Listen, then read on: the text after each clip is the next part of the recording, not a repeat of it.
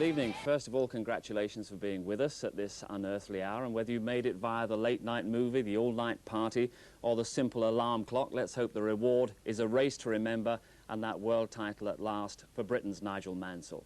Well, the Australian Grand Prix at Adelaide is the last round of the 1986 World Championship. The title lies between three drivers, and the issue is very straightforward indeed. Nigel Mansell has a 6-point lead over the defending champion Alain Prost, 7-point lead over his Williams teammate Nelson Piquet. Both Prost and Piquet have to win in Australia to keep alive their hopes. If Mansell can just finish in the top three, then he becomes the first British world champion since James Hunt 10 years ago.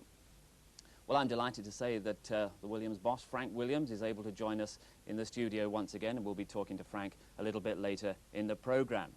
But while we're waiting the last couple of minutes for the satellite connection to be made to Australia, let's just remind you of Mansell's triumphant season. And anticipating his success, we paid a visit on him at home in the Isle of Man way back in March. It gave us an insight into the determination of the man, and from then on, the success just unfolded.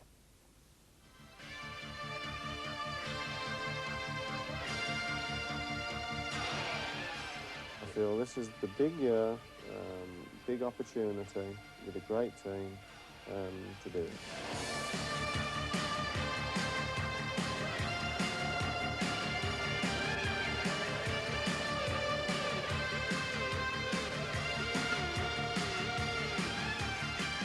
Mansell going through, taking second place and taking Nelson Piquet down into second gear, and Mansell, if he gets it right, can sprint out of the rear wing of Senna's car. Senna moves across, he's keeping Mansell back, and he wins. Mansell won't like that any more than he likes at Brazil.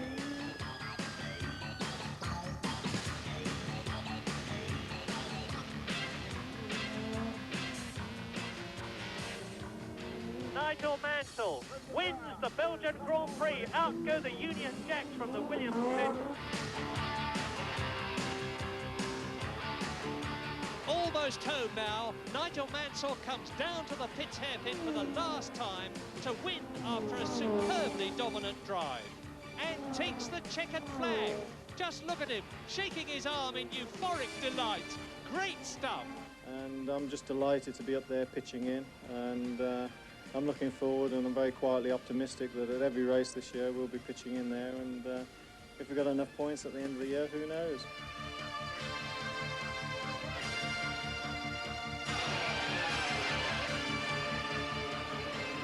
He's in a beautiful position to pass Prost, and he does it.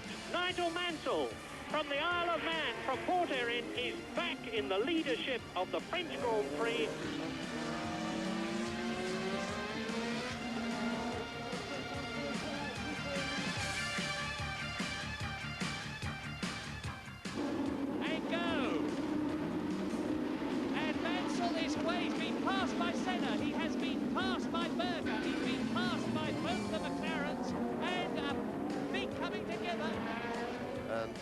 A very bad start for Nigel Mansell. Can this be his lucky day on the restart? He's going to have a second crack at it.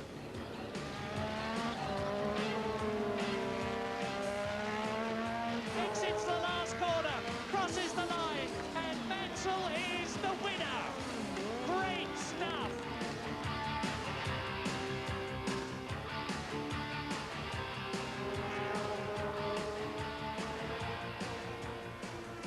Yes, Nigel Mansell, overjoyed with every conceivable reason, takes his 5th Grand Prix win of 1986.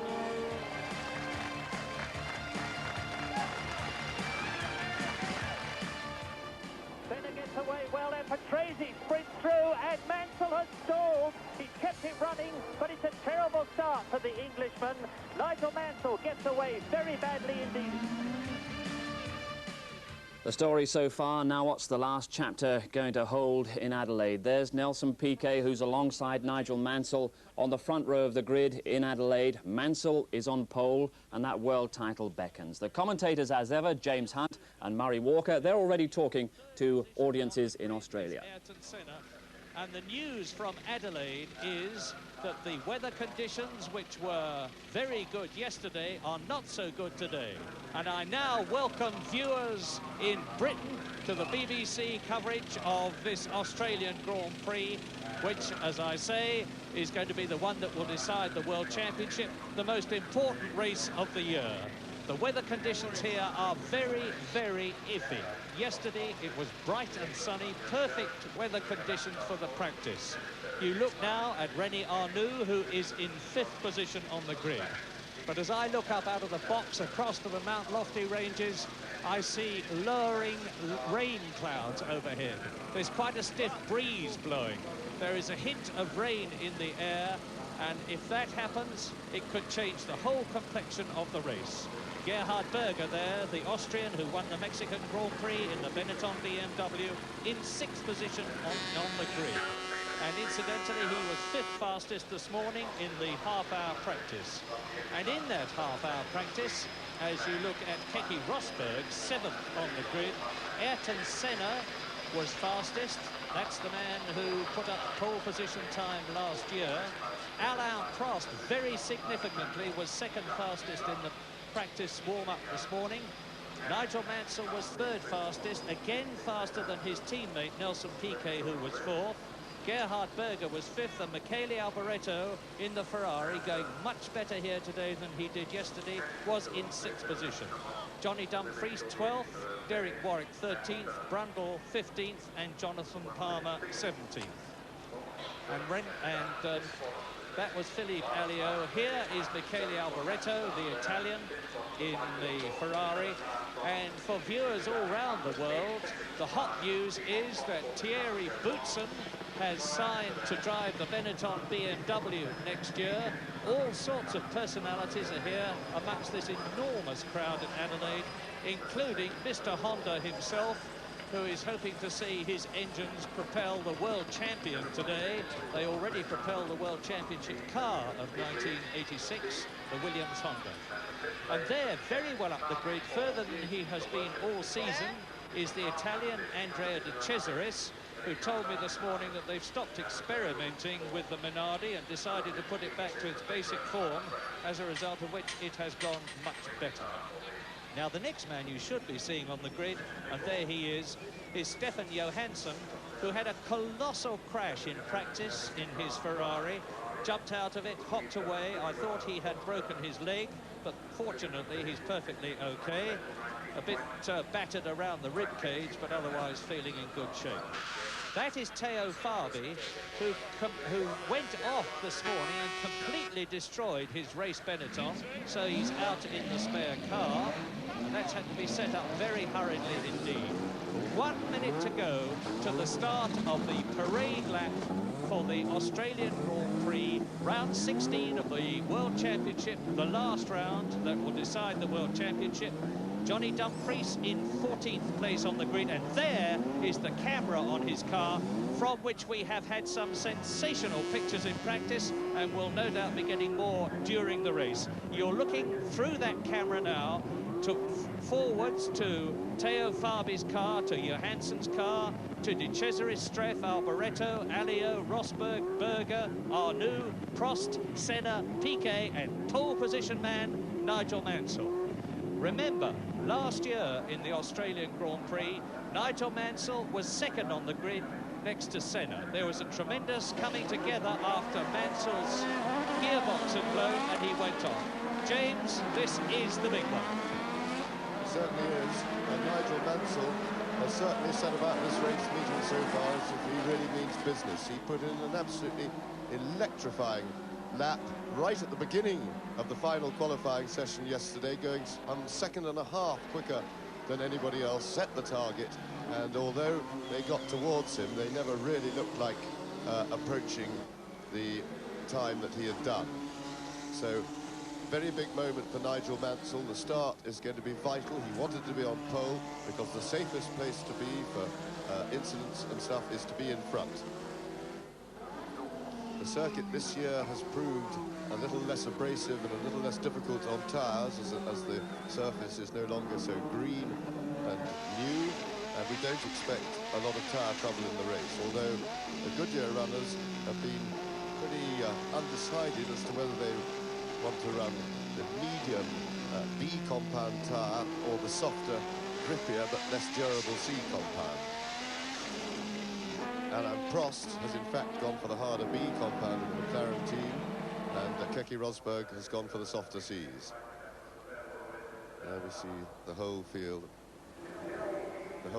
weaving around. That's to get heat into these tyres.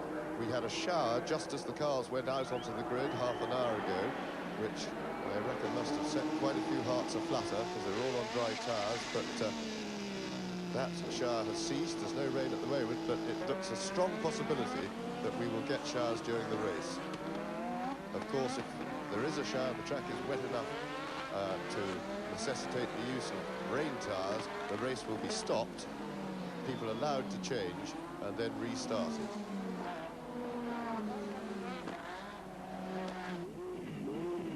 There's Johnny Dumfries's view. And we'll hope to see some of the start from that, if not, as it happens, a bit later, because the start should be pretty exciting, the first couple of corners, from Dumfries's point of view, because he's right in the middle of the pack.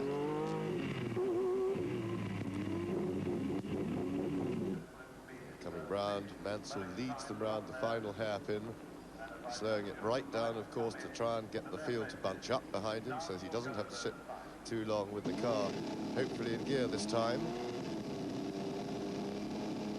After the disaster he had in Mexico, I'm quite sure he won't be making that mistake again. But he won't want to sit there with the gear for too long, because the clutch drags on the flywheel and tends to overheat. Two cameras, that is Johnny Dumfries, and we also have one in Patrick Tambay's car. There it is. So this race, 82 laps, and that is going to be as near 2 hours as makes no difference, maybe over 2 hours, in which case it will be stopped on the 2-hour mark. This is absolutely the critical moment of the race. Nelson, Piquet and Mansell together. And it's go, and a superb start from Nigel Mansell. Senna goes through to second place ahead of Piquet. The two McLarens slot in behind them into the chicane. Is anybody going to go off this year? It looks to me as though they're bunching up well and getting through. No problems at the chicane, and Senna is challenging for the start, and he goes through and he takes the lead. Senna takes the lead on the right-hander at Wakefield Turn. Now up to East Terrace Bend, the left-hand hander. It's Senna, Mansell, Piquet, and the McLaren going through ahead of the Williams, and coming towards us, it is Ayrton Senna in the lead.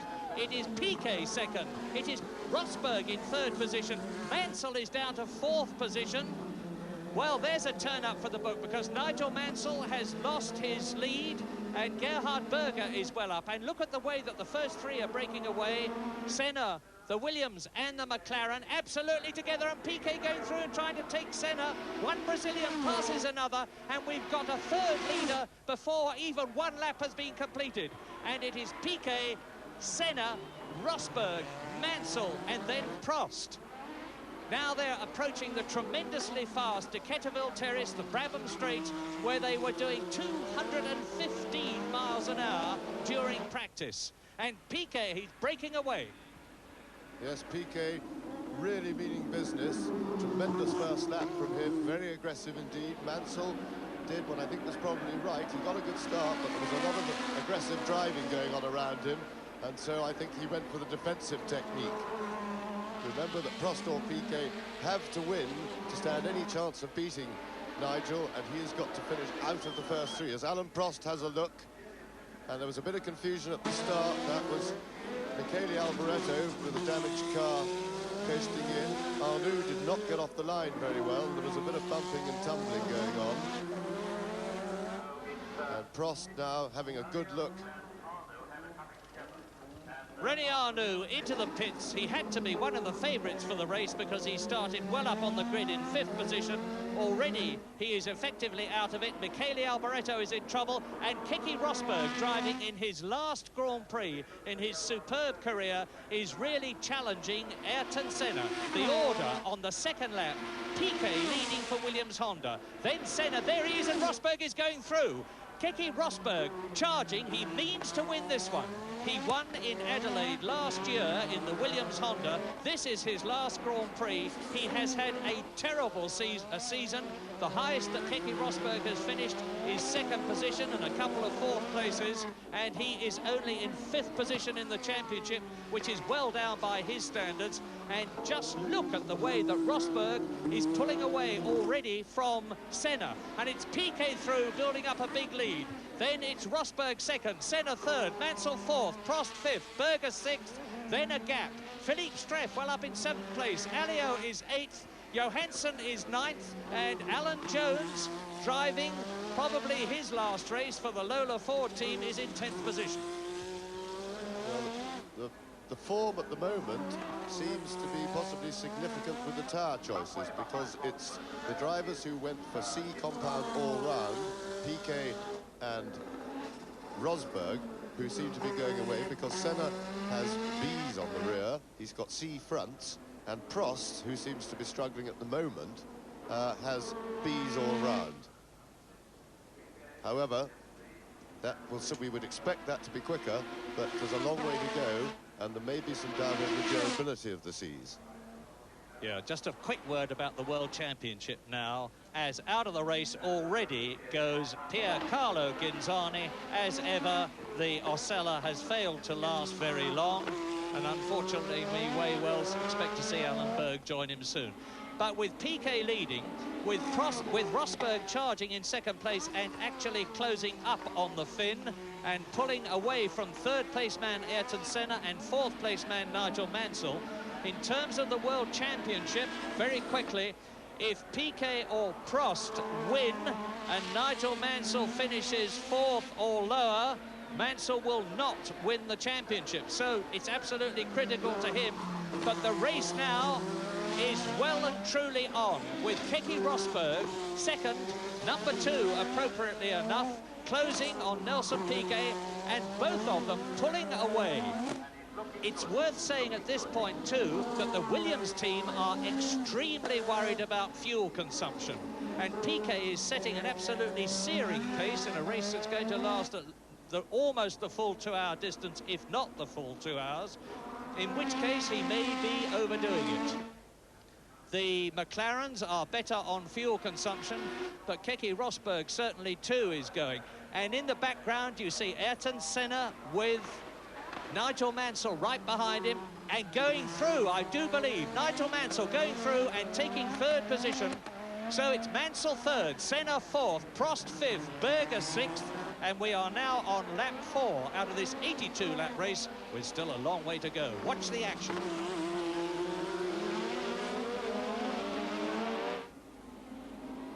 Mansell, well, Mansell's made his break. He's got ahead of Senna. Senna, as James said, is on a very unusual tyre combination in this race. He's got C's on the front, B's on the rear, which will help him in terms of longevity. It's going to be entirely up to the drivers whether they stop. Now, here is the 7th place man coming towards us, and it's Philippe Streff doing very well in the Tyrrell Renault. Race order, lap 4. Piquet, Rosberg, Mansell up into 3rd place, Senna down to 4th, being caught by Alain Prost, the world champion, who has got to win this race if he is to make it a back-to-back championship, winning in 1985 and 1986. Well, Mansell is now where I think he'd want to be, other than being out in the lead in front, but he won't certainly be trying to chase the hares in the form of Nelson Piquet and Keke Rosberg. Remember that 3rd place will ensure him the championship, whatever else happens.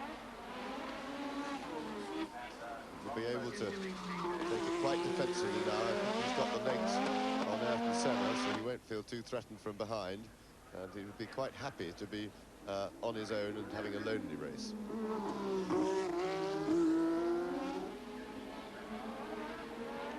Prost, of course, will be very keen to get past Senna, You can see the humidity here, the water vapor coming off the vortices created by the wings of the cars.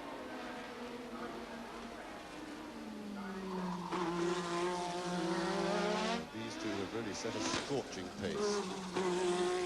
Indeed they have, because Keke Rosberg, with a full fuel load still, has shattered his own lap record of 1985.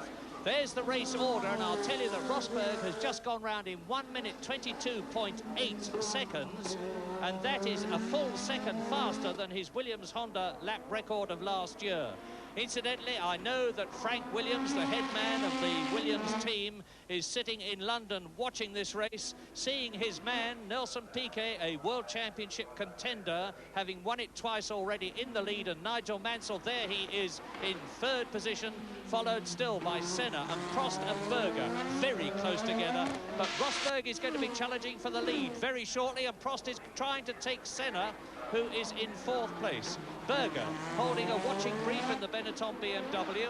The lead car on Pirelli tyres. All the five in front of him are on Goodyear. And there is an uncomfortable looking Nigel Mansell. If Mansell stays where he is now, he is in command of the World Championship. Third position.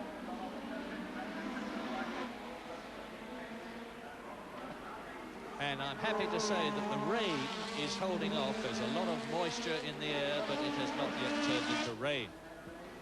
The leading pair have now pulled a 10-second gap back to Nigel Mansell, so they're really setting a scorching pace.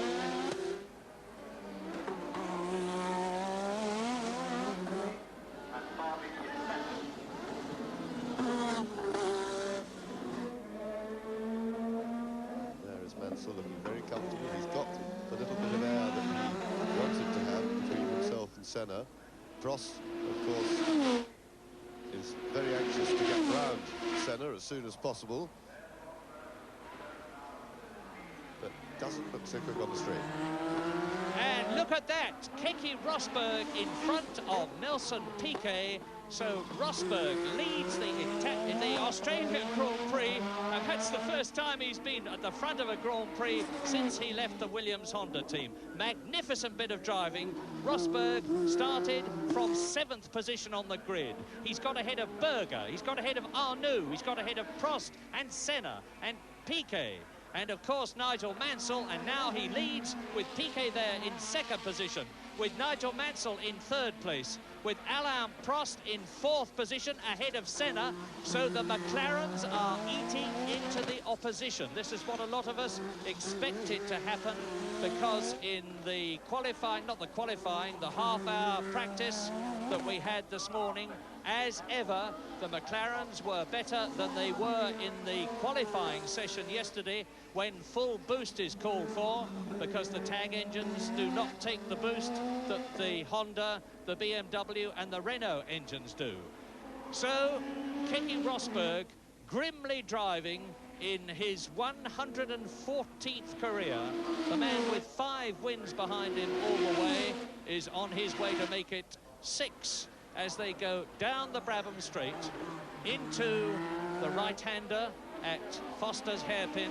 Now they accelerate away towards the paddock turn, racetrack hairpin behind them, into paddock turn. This is where Patrick Tambay went off very badly in the Lola in practice. Now down to the 1st gear, Foster's hairpin at about 110 kilometres, accelerate away up into 2nd, 3rd, 4th, towards the chicane at about 140 k's, and Rosberg pulling away from Piquet now in 2nd position. We are on lap 9.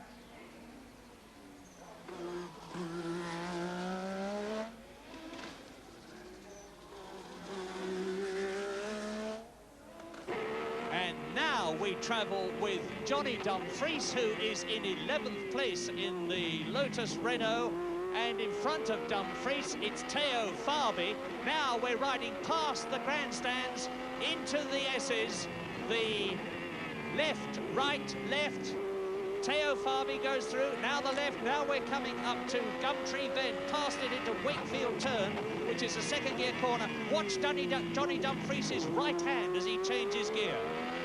You can see his helmet with the colours of Scotland on in the driving mirror. You can see the stabs of flame from Teo Fabi's turbo as he backs off and then accelerates away. Now we're going up towards Market's Turn, which is where the fruit markets of Adelaide are. There they are on the left. That's the Stag Hotel on the right. Now we're going down Rundle Road at about 130 kilometres an hour into the third gear Brewery Bend. There's the big brewery in front of us. Now we're on the fastest part of the course, building up to 330 kilometres an hour, which is over 200 miles an hour. Coming down to first gear, watch Dumfries' hand come off the steering wheel. Down a gear, down another gear. Hard right into racetrack hairpin, and now left into paddock turn. A wonderful, takes you back to the old days, James. Yes, tremendous. It's a tremendous view, that. It really is very good. And it gives you just an idea, some idea of just how hard a driver has to work on a circuit like this. You see Dumfries fighting away at the steering wheel. Remember, the steering is very heavy on these cars. There's a lot of physical effort to go into this.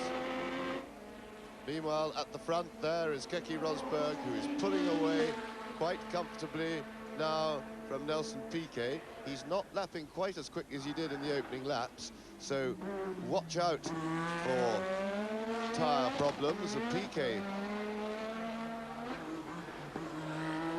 seems to be struggling to hold on.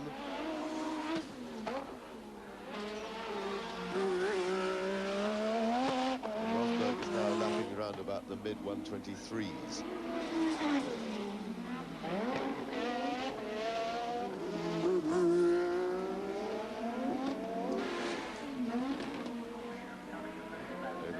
Finish line. 10 laps. Nigel Mansell still holding third place. Well, since I am... now we're with Patrick Tambay. Now contrast the styles and the driving of Johnny Dumfries in the Lotus Ford and Patrick Tambay having what may well be his last race in the Lotus Ford. And of course Dumfries in the Lotus Renault, and let me get it right, Tambay in the Lola Ford, with a very strong rumour seething round Adelaide that the Ford engine will be going to the Benetton team next year, which will be Teo Fabi and Thierry Boutsen. But Patrick Tambay is on his way into the chicane and out of it. You can see that, as with Johnny Dumfries, of course, the gear lever is on the right. You can see that white gauge in front of Patrick Tambay is the turbo boost gauge. So when he moves his head, watch the needle and see how the boost pressure goes up. You see it moving there. He's probably up to nearly 4 bar, about 3.8 bar, which is 3 times atmospheric pressure. And now, Keke Rosberg still in the lead.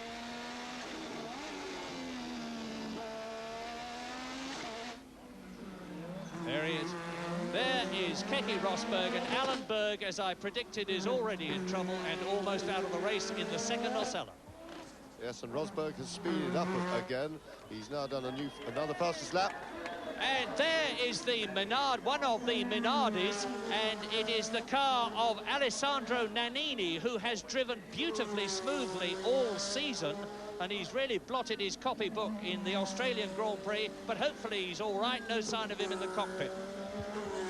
Yes, that looks like a pretty big shunt. He must have hit very hard indeed, but if you look at the front of the monocoque, the footwell appears to be undamaged. As Rosberg goes serenely on his way. He's some 4.5 seconds in front of Nelson Piquet, although I think getting past the back marker may have regained a little bit of ground for Piquet. And there is Alain Prost, who has got in front of Nigel Mansell. So Prost has passed Mansell. Prost now in 3rd place, and Mansell at the moment in 4th place, but still in the championship winning position, courtesy of Keke Rosberg, who's out front. Yes, if Keke Rosberg won this race, it would automatically win the World Championship for Nigel Mansell if he stayed where he is now in 4th position. But Alain Prost, as ever, the wily, experienced tactician that he is starting to charge. He started off comparatively slowly, but now he is on his way.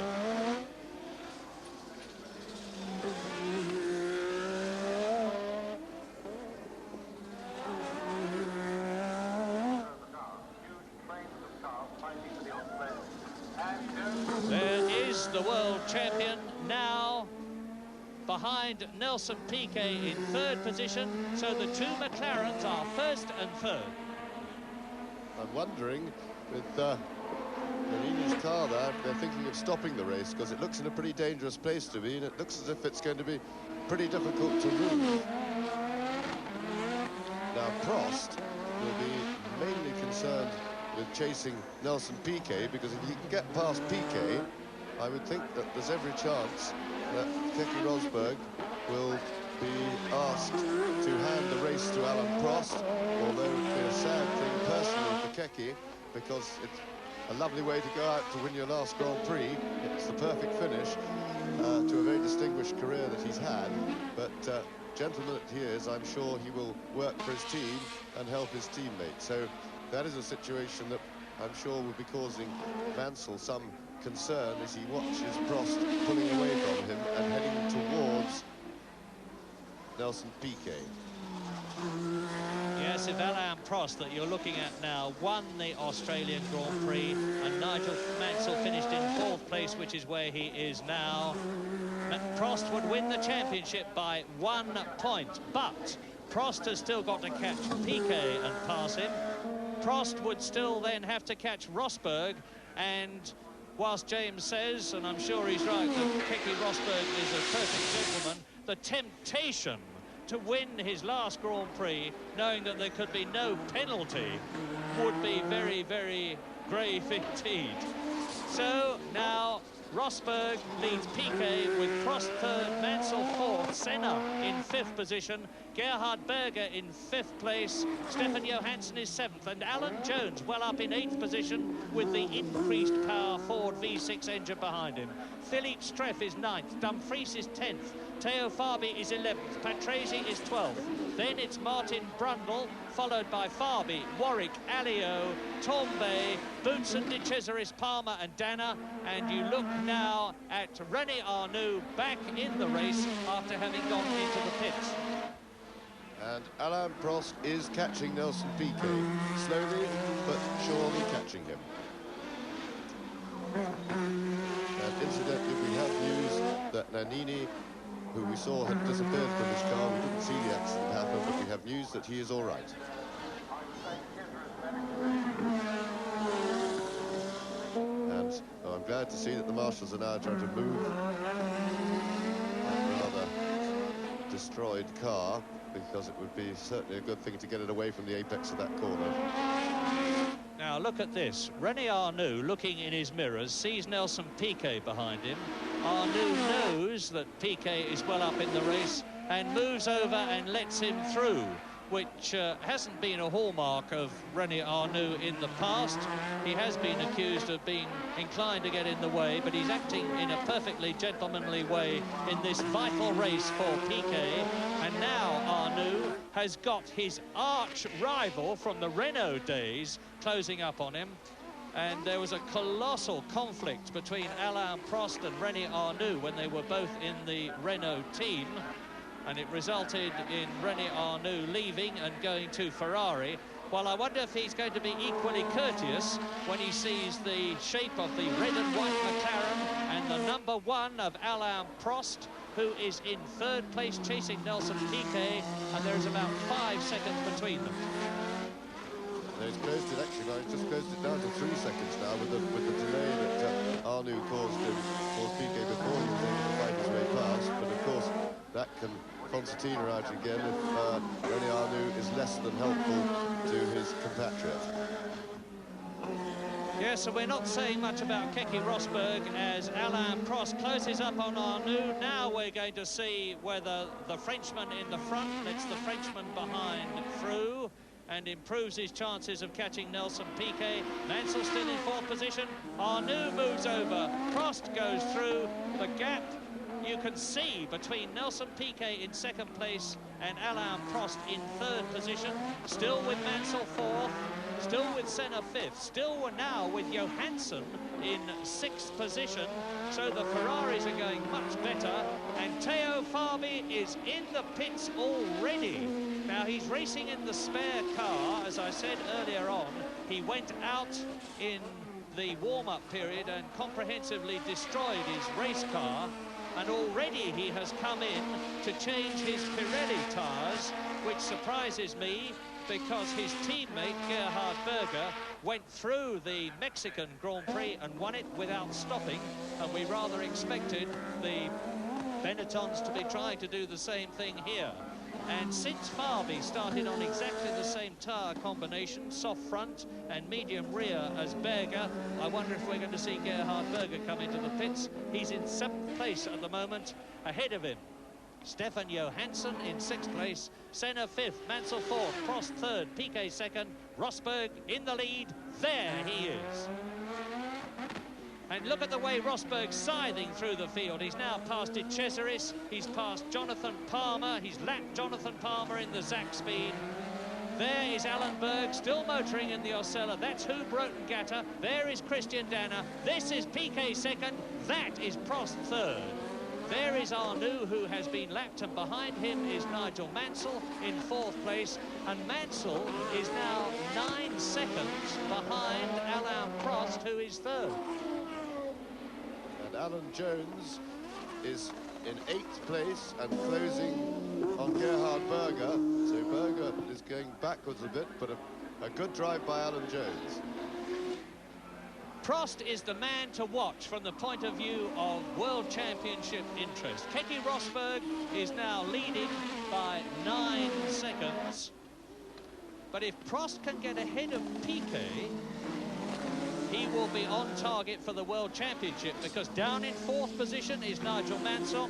If Prost can get past Piquet, he could then close up on his teammate Keke Rosberg, who might well get an order to move over and let Prost through. And that was Alan Jones. We just saw a quick flash then, and he's passed Berger. So Jones moves up into 7th place. Although I didn't like what I saw in that little flash, because there seemed to be a bit of fluid coming out of the back of his car. But of course it could just have been, oh no, it's smoking badly. And and that looks like all over. Johnny Dumfries gives us the thumbs up. That was courteous of him. He's just spun. Johnny Dumfries is saying to the millions of viewers all over the world, don't worry, folks, I'm okay. Now, I think this is a replay of how it happened. Watch Dumfries. He changes up, comes up to a car behind him, locks his front wheels. It's one of the Tyrrells. It's Martin Brundle. Yeah, and he hit the oil. That was a lot of oil being dropped by Alan Jones's car. So that's the end of Jones. And that really looked very slippery indeed. Johnny Dumfries waves to let Piquet through and Prost through, and Prost is now right up with Nelson Piquet. There is the race leader, Keke Rosberg, 10 seconds ahead of the battle for second place, and there it is. Nelson Piquet goes into the right-hander at Wakefield turn. Look for the Williams behind it, the red and white of the McLaren of Alain Prost. There they are. And I do hope the marshals have got the oil flags going on that pretty big oil slick that came from the back of Jones's car. We saw just how it can catch you out. You saw Johnny Dumfries as he went into that corner. He locked his brake, and he was behind another car, so he wasn't able to see the oil, and of course arrived.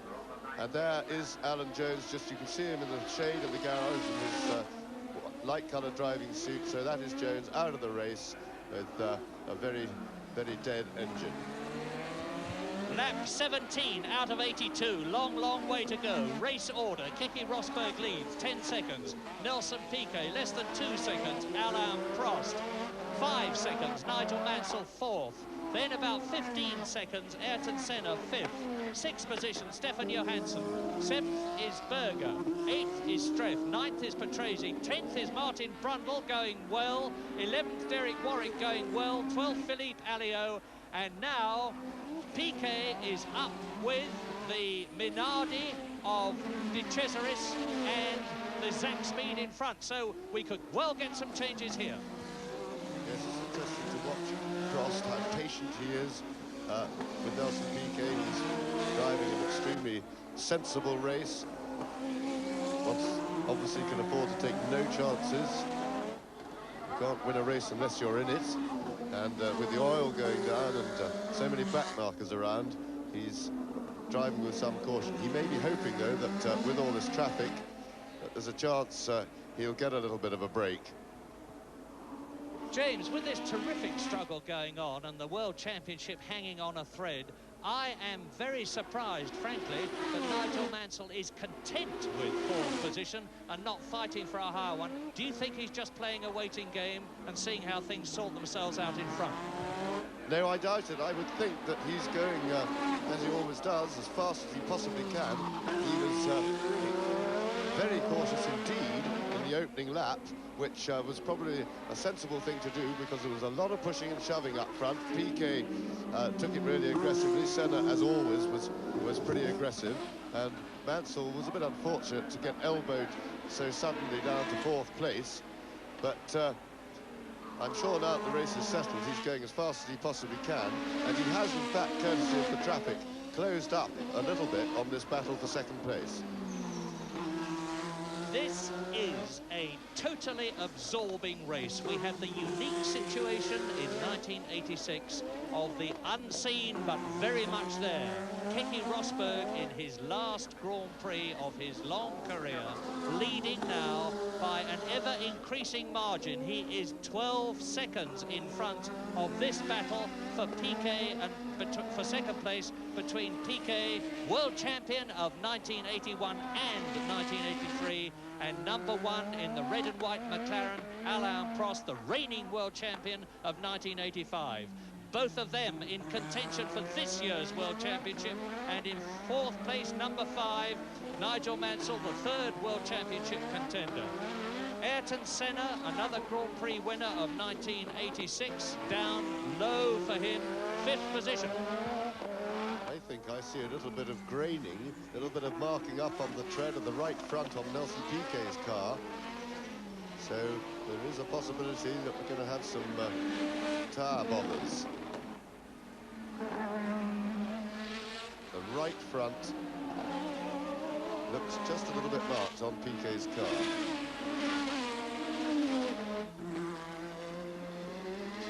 But at the same time, Prost doesn't seem to be as right on Piquet's tail as he ought to be be able to pick up any hold-ups that Piquet suffers when lapping slower cars. James, very important point. No one can be closer to the McLaren team than you are. My information was that Alain Prost was starting this race on the softest race compound, Cs. I suspect you have later knowledge in saying that he's on the harder compound, Bs, in which case he could theoretically go right through. That's right. They did, in fact, they wanted to keep it a secret what tyres he was running, and they told me an hour before the race that they had decided to run Bs on Prost's car, but they didn't particularly ask me not to tell anyone until the race had started. But I could see marking on both the right-hand side tyres on Piquet. It's not serious, but the front doesn't look very fit. It could even be blistered. Lap 22, race order. Keke Rosberg leads, 14 seconds. Nelson Piquet 2nd, 1 second ahead of Alain Prost. Less than that, I guess, now. You see for yourselves. Nigel Mansell is still 4th. Ayrton Senna is still 5th. Stefan Johansson, again in the points in the Ferrari, unlike his teammate Michele Alboreto. And Johansson has been fired. What a travesty of justice. In 7th position, Philippe Streff. 8th, Riccardo Patrese. 9th, Gerhard Berger. And off speeds Piquet. Wowee! Now, Piquet goes off, Prost goes through. Now we have the 2 McLarens, 1st and 2nd. Rosberg leads and Prost is 2nd. This could change the race. and Mansell went through, so that's put Mansell into third place. So whatever, and there we see it again, that's the replay, and you see Nelson spin the car, he kept the engine running, but he dropped behind teammate Nigel Mansell, and that may just be because have been caused by the fact that his tyres are not quite up to full performance. Doesn't excuse the mistake because it doesn't happen suddenly. You can feel that the tyres are losing grip, but that was a most untimely error by Nelson Piquet. Nigel Mansell, there he is, puts himself back into World Championship contention because Prost has still got to take the lead from Rosberg, and we don't know whether he's going to.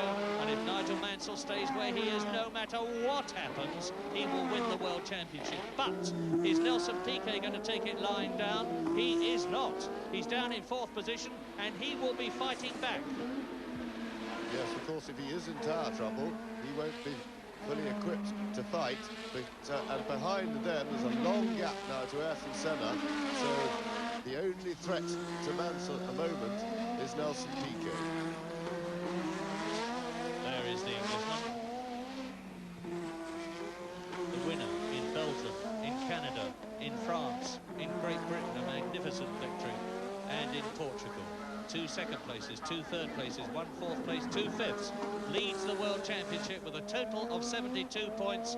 And now is the time to remind you that because of the rules of the World Championship, which say that only the best 11 scores can count, Nigel Mansell has already had to discard 2 points for a 5th place, making his effective score 70, compared with Prost's 64, Piquet's 63.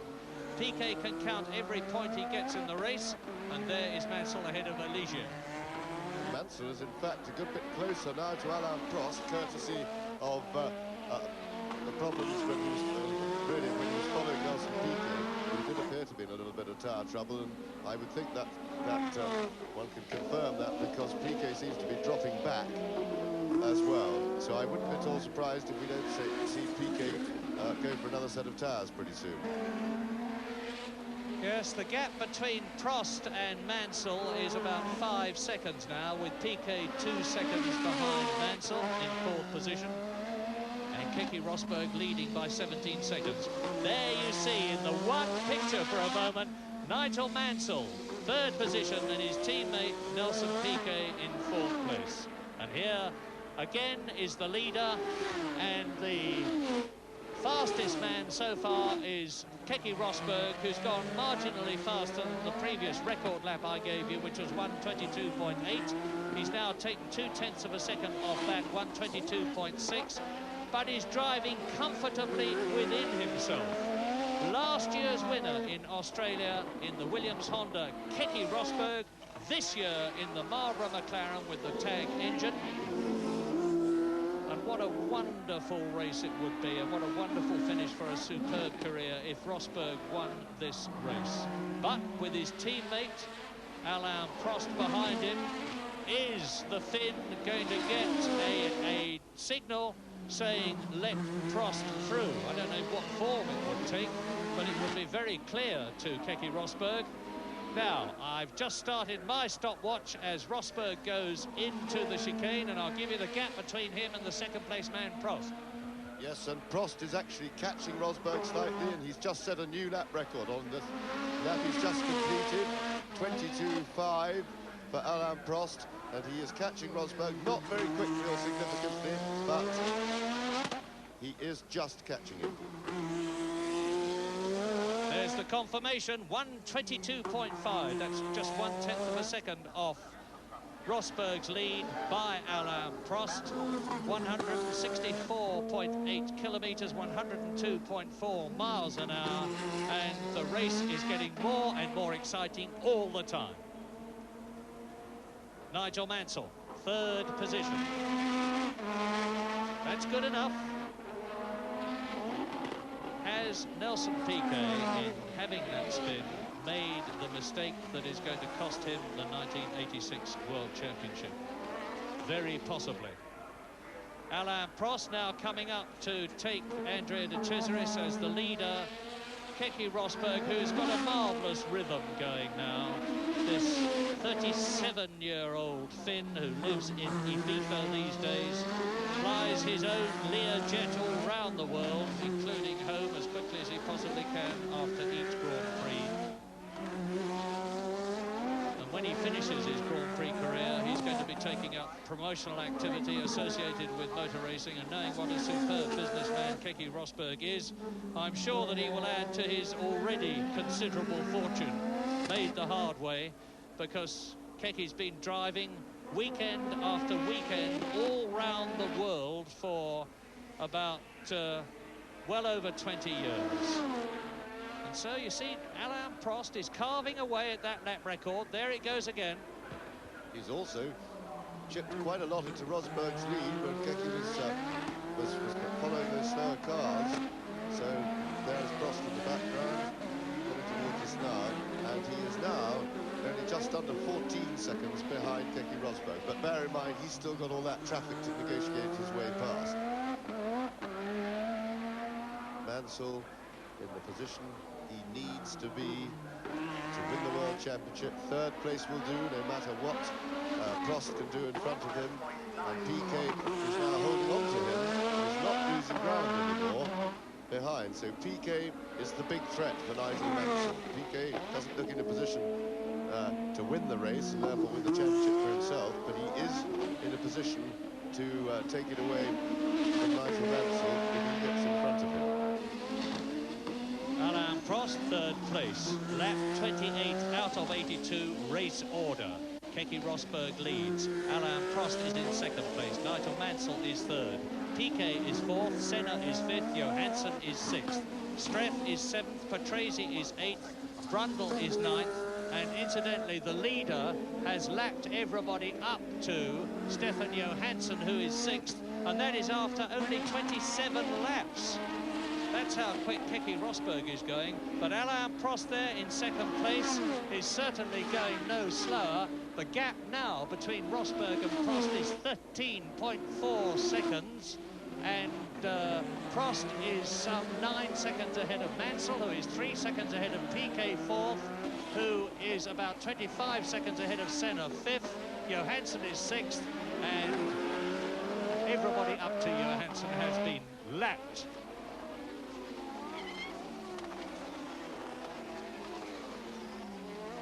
Alain Prost, they call him the Professor, and not for nothing. Absolutely right. He puts a very studious approach to his driving and to his preparation for driving, his mental approach, and also his setting up of the car. He spends probably more energy, much more energy, on getting a good race setup with his car in proportion to how much energy that he spends on qualifying than any other driver in the business. There is Johnny Dumfries. And he's now in 16th place after his spin, and here we can see what it's like from his point of view once again. Under the bridge, just past the start-finish line, into its second gear for the S's, spurting away up to third. Johnny Dumfries driving his last race for the Lotus Renault team. He doesn't know what's going to happen to him next year. He's naturally hoping to be able to put up a good show in this race, because the best he has been able to do in his first year of Formula One is a 5th place in Hungary and 2 7th places. And I'm not suggesting for one moment that that's anything to be ashamed of. Getting World Championship points in your first year is no mean achievement. Up another gear, down to the right-hander at Brewery Bend. He's doing about 130 kilometres an hour here. You see the oil coming from the Zack speed in front of him, getting onto the lens of the camera. It also, of course, gets on to the lens of one's visor. And this happens all through the race. Now, some drivers use tear-offs, the little thin perspex strips that they can put on, clip onto the outside of the visor, then when it gets dirty they throw it away. But I personally always prefer to carry a rag, which you can put between my legs where it's easy to get at in the car, so I would polish. You'll also see some drivers using the back of their sleeve, the back of their hand or their overall sleeve to clean the visor as they go along. We are now on lap 30 in this enthralling race, rather over 1/3 distance, and Keke Rosberg is leading still, but Alain Prost is chipping away at that lead. It's down to 12.8 seconds now. Prost in second place. There is the leader. Keke Rosberg is 8 seconds ahead of Nigel Mansell, who is in third place. More than good enough to ensure his World Championship, because Prost has got to get ahead of Rosberg, the leader there, number 2, before he is in a World Championship potential winning situation. Rosberg takes Theo Fabi back in the race, and Fabi is in 19th position. And as Prost goes through, we wait for Nigel Mansell. Well, he's gone 7 seconds now, and there's 4 seconds between Mansell and Piquet. So Piquet, who lost that third place to Mansell with his spin, is not making any impression on the Englishman. Yes, but he's holding him, and I think maybe he has cleaned up his tyres. I think he was in a little bit of trouble with the tyres, but he's cleaned them up because he initially lost ground to Nigel Mansell, but he's regained a little bit of lost ground, although now they seem to have settled down, and there seems to be very little to choose between them in terms of speed. The gap is pretty static. There's Alain Prost. He's, remembers, been having to fight his way through a gaggle of cars. You see the ones all behind him who he's been lapping. Mansell is faced with that problem as well. And there is Nelson Piquet in fourth position. And isn't it incredible that Sir Keke Rosberg, because he has the equivalent of that honour in his home country, Finland, the ex-computer programmer, one of the best wits in the business, a fantastic businessman, a pilot, the man who's driven for the Wolf team, the Fittipaldi team, the Theodore and the Williams team for 4 years, is coming good for McLaren in his very last race as Nelson Piquet, number 6 double world champion, crosses the line and starts another lap in fourth place, 4 seconds behind his teammate Nigel Mansell. The 2 Williams Honda cars are showing their usual reliability. It was only a mistake of Nelson Piquet's when he hit that patch of oil that lost him the third place that could have been so vital to him. There's Andre de Cesaris, who's been caught again by Nelson Piquet. The gap between Piquet and Mansell is actually increasing. It is nearly 5 seconds now, and Ayrton Senna in 5th place is right out of the running. There are only 4 men effectively in the running at the present moment. Rosberg the leader as Piquet laps de Cesaris. Prost in second place, 15.6 seconds now behind the leader, and certainly making no real impression on him now. In fact, just the reverse. Nigel Mansell, 5 seconds behind Prost, and I'm sure content to stay there as you watch third place man Nelson Piquet, because Piquet and Prost, like other drivers in this race, but by no means all of them, are in radio communication with their pits. They have a small loudspeaker alongside each ear in the helmet. There's Gerhard Berger being passed by Nigel Mansell, and Prost is into the pits. Alain Prost on lap 33 is into the pits for his expected tyre change at about the right time. And this is a bad change by modern standards. Over 17 seconds, Alain Prost, and that is not good. That could be critical. I know we say that's not a good stop. Over 17 seconds to change all 4 tyres and wheels. That's bad. And in fact, it's incredible. But by Grand Prix standards, it is not good enough, because the Williams team have done it in under 7 seconds. Nevertheless, Alain Prost, that you look at now on new boots, has rejoined the Australian Grand Prix on lap 33 out of 82 in 4th position. And some 20 seconds behind Nelson Piquet. So that was an expensive, is Hugh Brockengatter's Zaxby just being pushed into the dead car park.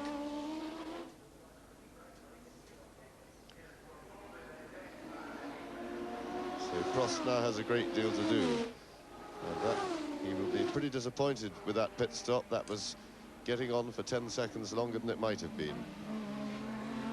Yeah, and it rather explodes all our theories about Prost going out on the harder Bs and hopefully being able to stay out most of the race. There is Keke Rosberg, the race leader, who, if my information was correct, and I'm beginning to doubt it in view of what James said about Prost, is on C compound tyres, which are softer than those of Prost. Yes, that's correct. He definitely started the race on C's. But it was a difficult decision because, and it's a difficult decision for all the teams, because the track condition was changing between every practice session. So the teams were really left scratching their heads this morning with not enough information about which tyres to run.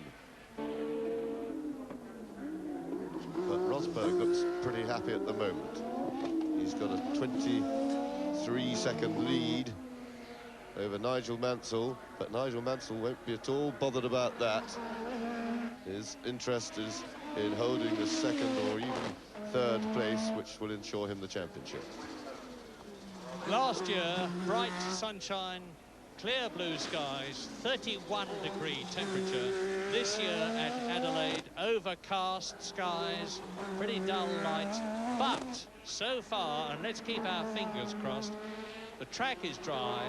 The hint of rain that existed just before the race has disappeared. I think we're going to have a dry race, because although the weather conditions here in Adelaide can change unbelievably quickly, from seemingly in the twinkling of an eye to bright blue sunshine and dry roads to a raging downpour, it doesn't look that sort of a day today to me.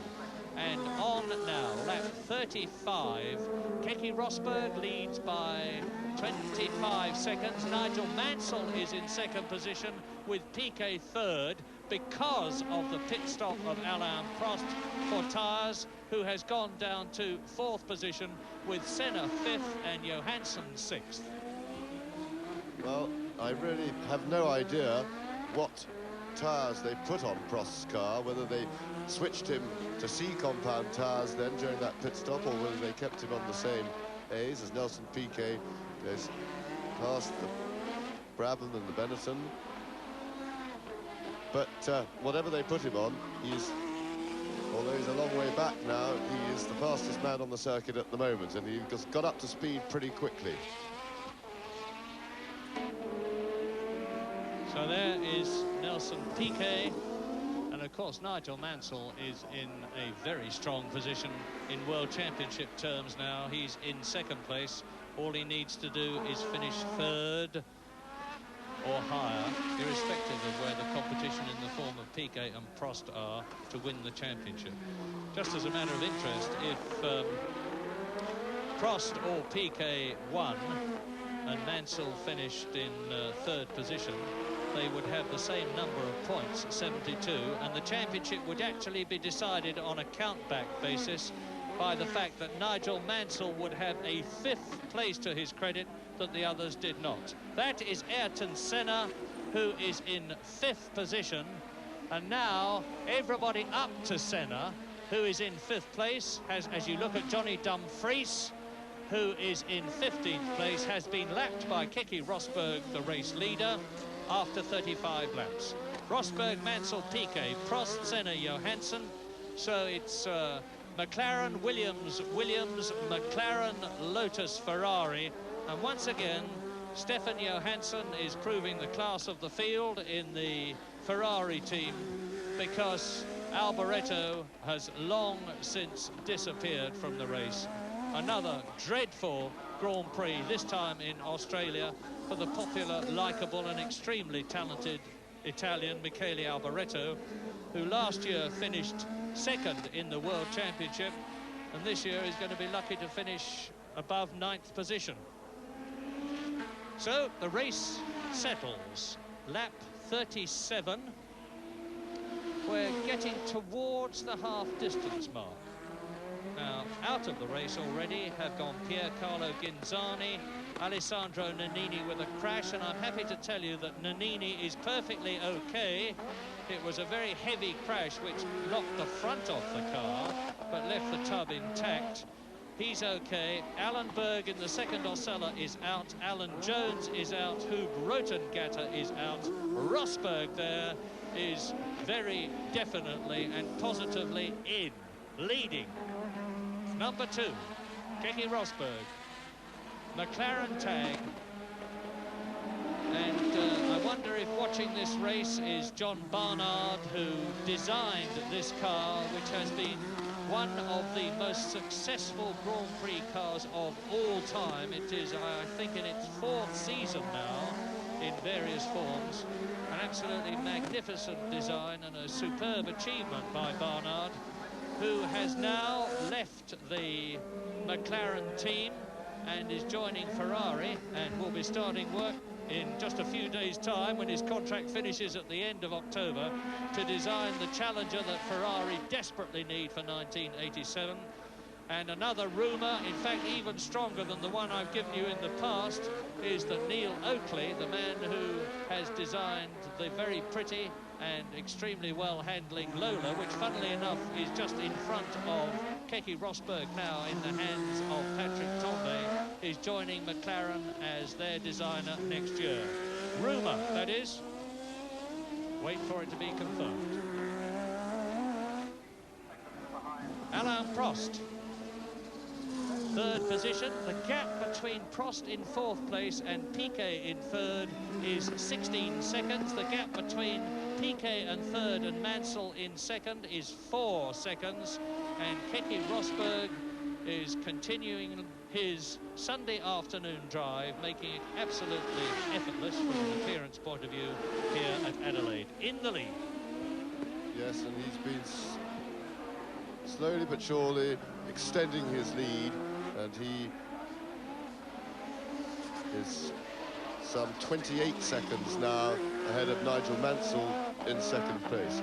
Prost is currently the fastest man on the circuit, although Piquet's just put in a scorching lap, which is a new lap record, 22.06, and there it is on caption.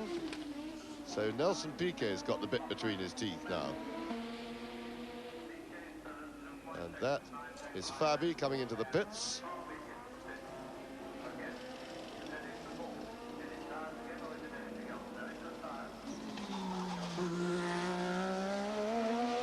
We see Prost.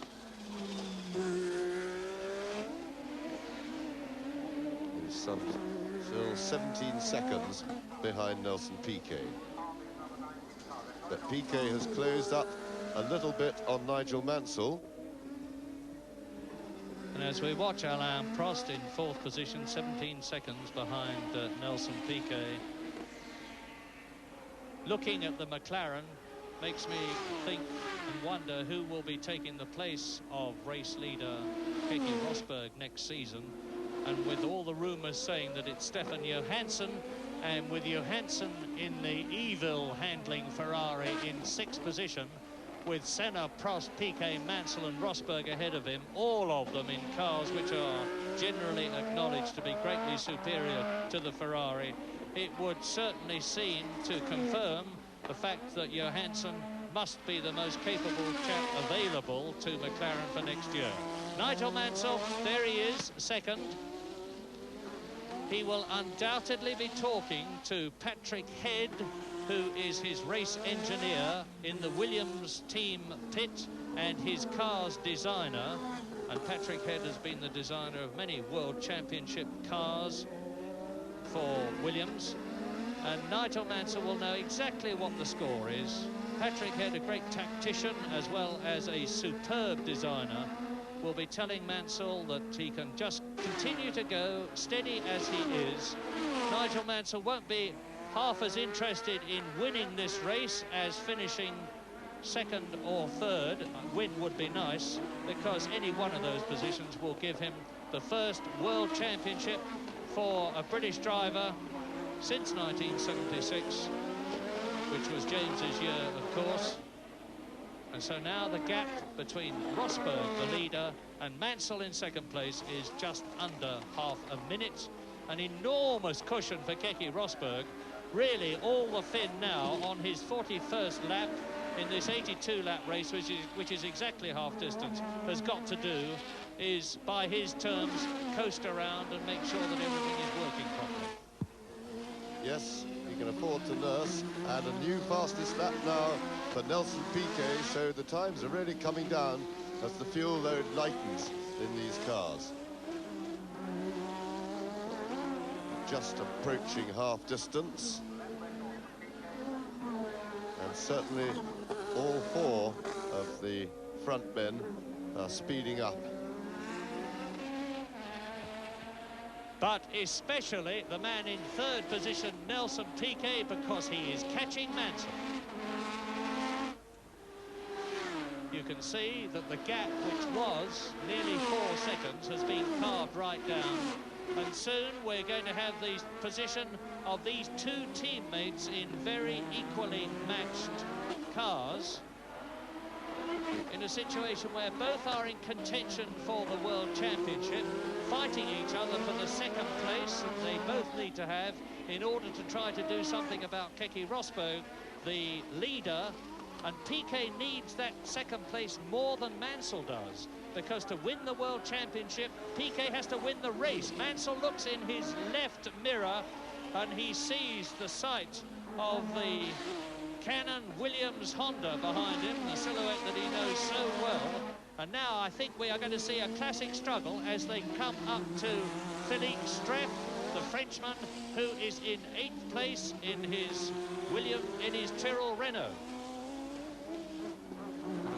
And Mansell is undoubtedly in a faster car, and with respect to Streff, is a better driver. So if Streff doesn't move over, this is going to give Nelson Piquet in third place, challenging for the championship and needing to get ahead of Nigel Mansell, the chance to close up on the Williams Honda in front of him and be in a position to challenge for second place. Rosberg, by the way, in the lead, has now caught and passed and lapped Ayrton Senna, who is in 5th place. Senna, one of the 5 men who has won a Grand Prix this year. And just let's watch and enjoy Mansell and Piquet fighting for second place. Yes, this could be a feature of the race, because Piquet and Mansell have not been the best of friends, although they've got things sorted out to a good working relationship now between them. But there's a very powerful rivalry that exists, and Nelson Piquet will be keen to get past Mansell, and that won't hurt Mansell's chances at all for the World Championship. Third place will still do him fine. So I hope he doesn't do anything silly like, which I'm sure he won't, like turning his boost up and getting marginal on fuel.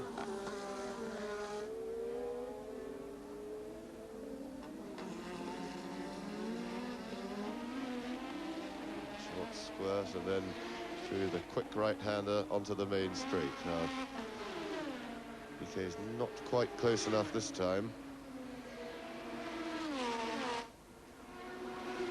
So if anything, stretched away a little bit down the straight. And Gerhard Berger has gone into the pits. Need an enormous amount of self-discipline from Nigel Mansell, of course, not to fight Piquet every inch of the way, because quite apart from wanting to stay ahead anyway, there is the added incitement of wanting to stay ahead of your teammate, particularly when it's Nelson Piquet, who Nigel Mansell has consistently done better than this year. But Piquet is certainly going, he's certainly intending to have second place, and he takes it. And Nigel Mansell didn't fight there. I think, as James has suggested, Nigel Mansell is using every ounce of his considerable intelligence, acumen and experience, and letting Piquet go through, knowing that if he stays where he is, he's still going to be world champion. Yes, very sensible driving by Mansell, exactly the right thing. No point in him fighting Piquet.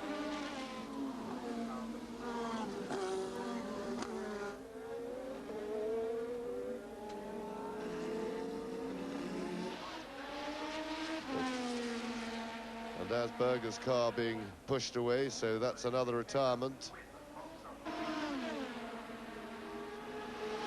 But Nelson Piquet has a very long way to do anything about Keke Rosberg.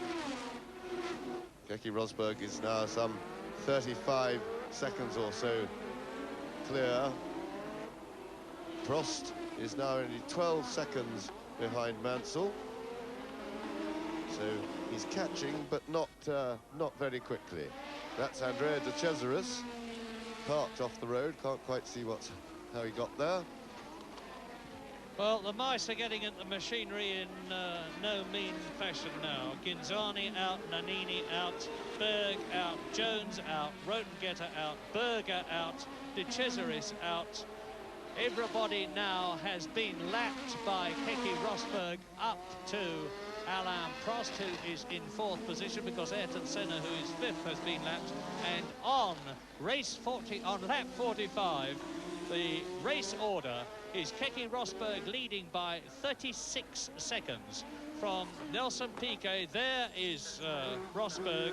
Mansell just a whisker behind Piquet, having let the Brazilian through in order to maintain his hold on the World Championship without getting... And Senna's out! Ayrton Senna finishes the 1986 season, and the last race he's going to be driving in, driven by a Renault engine, unfortunately by retiring with what looked like either engine or gearbox trouble from the way he got round the back and had a look. So Ayrton Senna, a double winner of 1986 in Spain and Detroit, 4th in the World Championship, is going to finish 4th in the World Championship, because although Rosberg, the race leader, is going to add 9 points to his total if he finishes where he is now, and is in 5th place in the championship, it's not going to be enough to close the gap on Senna, let alone pass him. Well, let's just interrupt Murray Walker from London just a moment to get the reaction on the race so far from Frank Williams. And that little Piquet Mansell battle for 2nd place didn't do a great deal for your nerves, I don't suppose, Frank. No, I think that Nigel is perhaps trying to run the whole race without changing. When Nelson went by him a moment ago, he didn't fight at all, as James said. He is, however, able to stay just behind Nelson, consequently. And I would say that, having spoken to Patrick Head earlier today when he thought it may not be necessary to change tyres at all, maybe Nigel is counting on that and is therefore presently trying to save those tyres. You're trying as closely as possible to monitor the way Nigel's car is performing. Any moments of doubt? You were a little concerned in the early laps. Well, certainly I had a bit of a fright in the first few corners of the first lap. He dropped a lot of ground, and I thought, oh dear, he's got a problem. But he picked up speed, didn't lose any more ground worth talking about after that.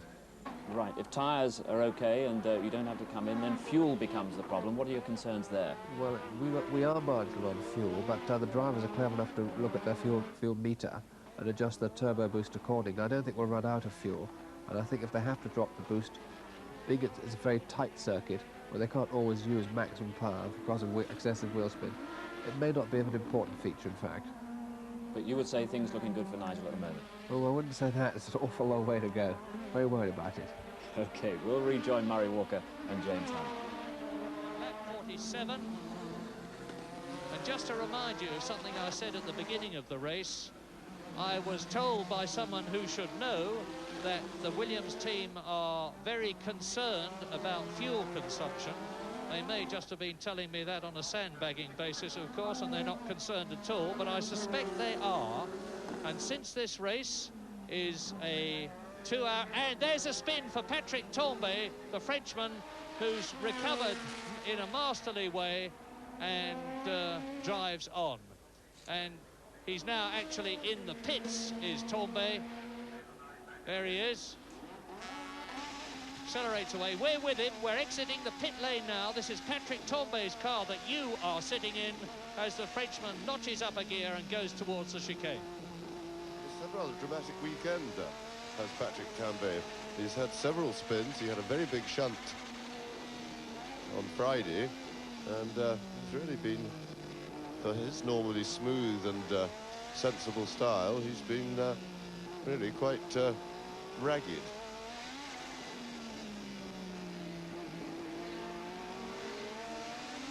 Prost is under 5 seconds behind the Piquet Mansell pair and catching him.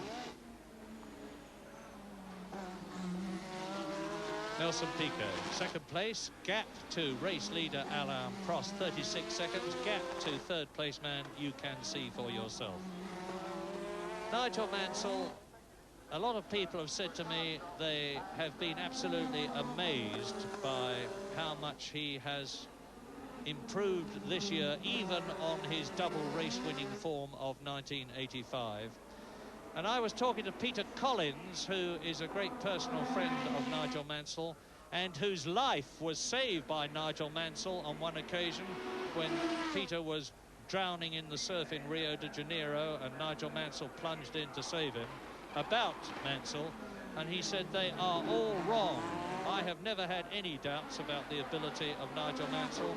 He is now in a team and in an atmosphere and in an environment with equipment that will allow him to demonstrate just how really good he is. And my goodness, he's doing so. And demonstrating in this, his 90th Grand Prix, what an excellent tactical brain he's got and what superb self-control he has got. Nigel Mansell, informed every inch of the way by Patrick Head through radio from the pits, knows that if he just quotes, jogs, close quotes, at a mere lap speed of about 108 miles an hour or so average around this circuit, and keeps Nelson Piquet in sight with Keke Rosberg still leading the race, he is guaranteed the World Championship, the fame, the prestige, and the very, very considerable fortune that will accompany it, and how richly it will have been deserved. So you watch now and enjoy the classic sight of two of the masters of modern Grand Prix racing. Double world champion Nelson Piquet, world champion designate Nigel Mansell in second and third places. And behind them, with Keke Rosberg maintaining that lead of about 36, 37 seconds, it's Alain Prost in fourth position, and he is 9 seconds behind Mansell. Stefan Johansson is fifth and has been lapped by number 2 there, the race leader, Keke Rosberg. Riccardo Patrese has superbly driven the unwieldy Brabham up into 6th position and is in the points. Philippe Streff for Ken Tyrrell's Renault-powered team is in 7th place, followed by his teammate Martin Brundle, who is 8th. Derek Warwick in the 2nd Brabham is 9th. And in 10th position is Rene Arnoux, 2 laps behind the leader. Johnny Dumfries is in 11th place. Philippe Alliot is 12th. Thierry Boutsen is in 13th place. Jonathan Palmer in the Zach Speed is 14th. Christian Danner is 15th. And then there's, that's it, virtually. 16 or 17 drivers left in the race, effectively, in this FIA Fédération Internationale Automobile World Championship race, the last one of the series of 1986. The FIA, the very strong governing body, headed by the controversial Jean-Marie Balestre, who is here in Australia, amongst the many personalities who include Mr. Honda himself, the man who started the empire. And look what he's seen. What a wonderful sight for him. And for Frank Williams in London. Piquet second, Mansell third. The Williams team has already very convincingly won the Constructors' World Championship. The only target that they have, apart from the Drivers' Championship, which looks to be in Mansell's hands, is to win the Constructors' Championship, highest ever points, which are held by McLaren with 143.5 points in 1984. Williams have 135, and they are now on target for another 10 points if Piquet and Mansell finish second and third, and they would complete the triple, as it were, by winning the Constructors' Championship by a record margin. Well, there's another new lap record. Everybody's times are steadily coming down. Alain Prost this time, and he is probably the fastest man on the circuit, but he did lose a fair bit of time in traffic just now, lapping slower cars, and in fact he's dropped to 8 seconds now behind the Williams pair. You probably noticed those twin spirals of something coming up from the rear wing of the Williams Honda of Nelson Piquet and Nigel Mansell behind him. That is a visual demonstration of how the wings are really working in increasing the downforce on the tyres and maximising the grip on the ground. Now, as Piquet and Mansell went past me, and as they come towards us, I looked very carefully at their Goodyear tyres, which seem to me in good shape. And Riccardo Patrese is now coming up with a wet sail, because the Italian in the Brabham has passed Stefan Johansson into 5th position. Race order, lap 52 with 30 to go, including the one they're on. Keke Rosberg, that comfortable, to put it mildly, half a minute ahead of Nelson Piquet in 2nd place, who is a visual gap ahead of Nigel Mansell 3rd. Prost 4th, Patrese 5th and has been lapped. Johansson 6th, Streff 7th, Brundle 8th, Warwick 9th, and Johnny Dumfries in 11th place.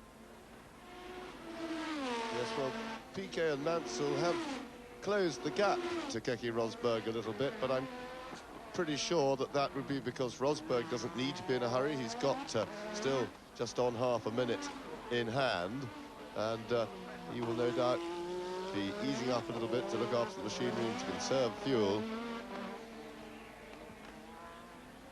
James, since things are looking pretty static at the moment, let's just think of one or two hypotheses.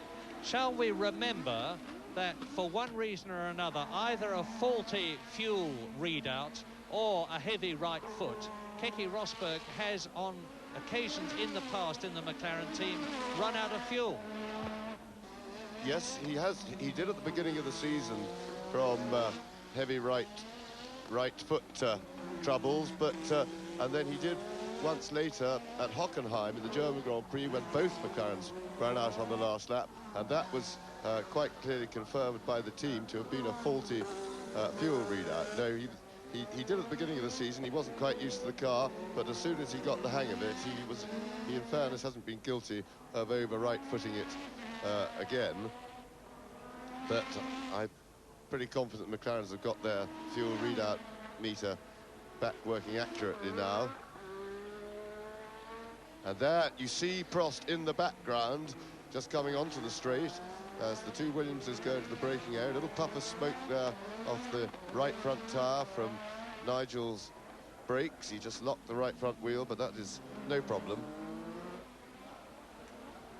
And 8 seconds is the gap between Nigel Mansell in his comfortable World Championship winning, if he stays there, position, and number 1 reigning world champion Alain Prost fighting hard to get back onto terms. The cool, clear thinking, tactical Alain Prost, who more than anybody else seems to be able to exert the most rigid discipline on himself in terms of watching his fuel counter.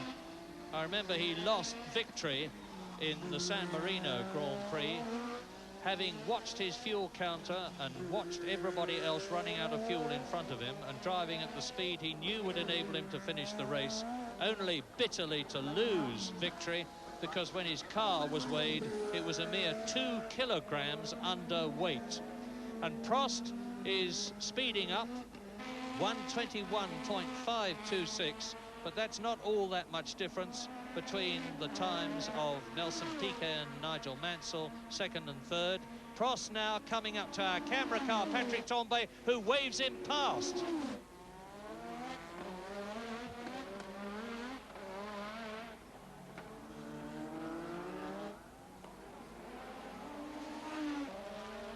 So there is the Frenchman. And it's lap 55. We've still got the question of whether the Williams cars are going to come in for tyres, whether the Williams cars are, in fact, going to be affected by fuel consumption problems, and that's Johnny Dumfries. And Prost, meanwhile, has just reduced the lap record yet again to some 21.002, so pretty much 1:21 dead. And Johnny Dumfries working away at the wheel. Remember, by this stage of the race, the drivers are starting to get pretty tired, but they're not allowed to acknowledge the pain and discomfort. You've got to keep going, obviously. And that's the nicest part of the circuit at this, for drivers at this stage of the race. You get a nice little rest on the straight, and then it's back to flat-out busyness again. What we haven't done so far during this race is to heap praise onto the organisers and administrators of this second Australian Grand Prix in Adelaide. Last year, those of us who follow the Grand Prix circuits all over the world came to Australia wondering what we were going to see, wondering whether the fact that it was on the other side of the world was going to have made things difficult for them to organise a Grand Prix to the very high standards required by the FIA. We needn't have worried. They won the award for the best Grand Prix of the year. They won the award for the best television coverage of the year, and they richly deserved both. They didn't rest on their laurels. This year, when we came back, they said, we have tried to improve everything, like seating for the spectators, and just look at it there, rows and rows of seats for the thousands and thousands of spectators. There was a bump on the Brabham Straight, which you're looking at now, and the whole thing was resurfaced. Nothing was left to chance. Any small detail that was less than perfect was corrected. And talking about less than perfection, look at Christian Danner in the Arrows, who has clearly blown a turbo of his BMW engine, and Alain Prost is 4.3 seconds behind Nigel Mansell and will have to do better if he's to catch the Englishman. And Keke Rosberg there in the lead could hardly be doing better because he's still half a minute in the lead.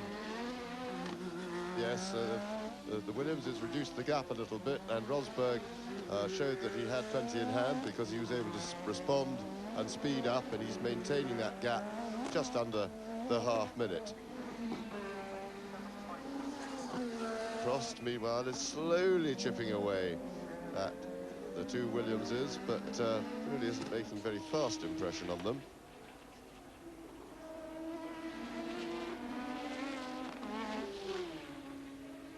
And Rosberg really looks very comfortable there in front.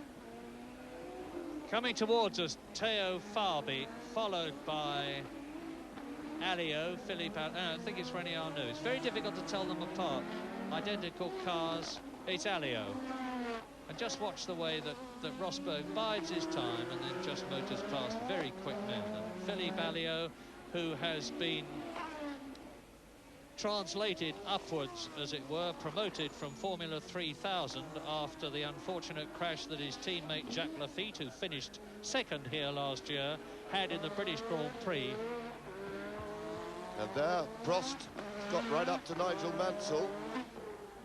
So, after a fairly long, hard chase, Prost is getting into position now to start challenging. Piquet, of course, only just a second or so in front of Nigel. So we've now got a three-cornered fight, basically for second place, or two-cornered if you agree that, of course, Nigel Mansell isn't particularly fighting for second, but he won't really want Prost to go past, because if Prost can get past both Williamses, that will put Nigel down into fourth place, and if Rosberg then hands his lead over to Prost, he could nick the championship. I'm sure Nigel will be well aware of this, so he would be, in my opinion, well advised at this stage to fight for that third place and defend it as best he possibly can. But the thing that I make no bones about it, mystifies me, is the way the Williams cars are going on and on without coming in to change tyres, if indeed they are on the C compound, which are the softest race tyres. There's not a lot of tyre wear here, but I would be mildly surprised if they could both go through the full race distance without a tyre change.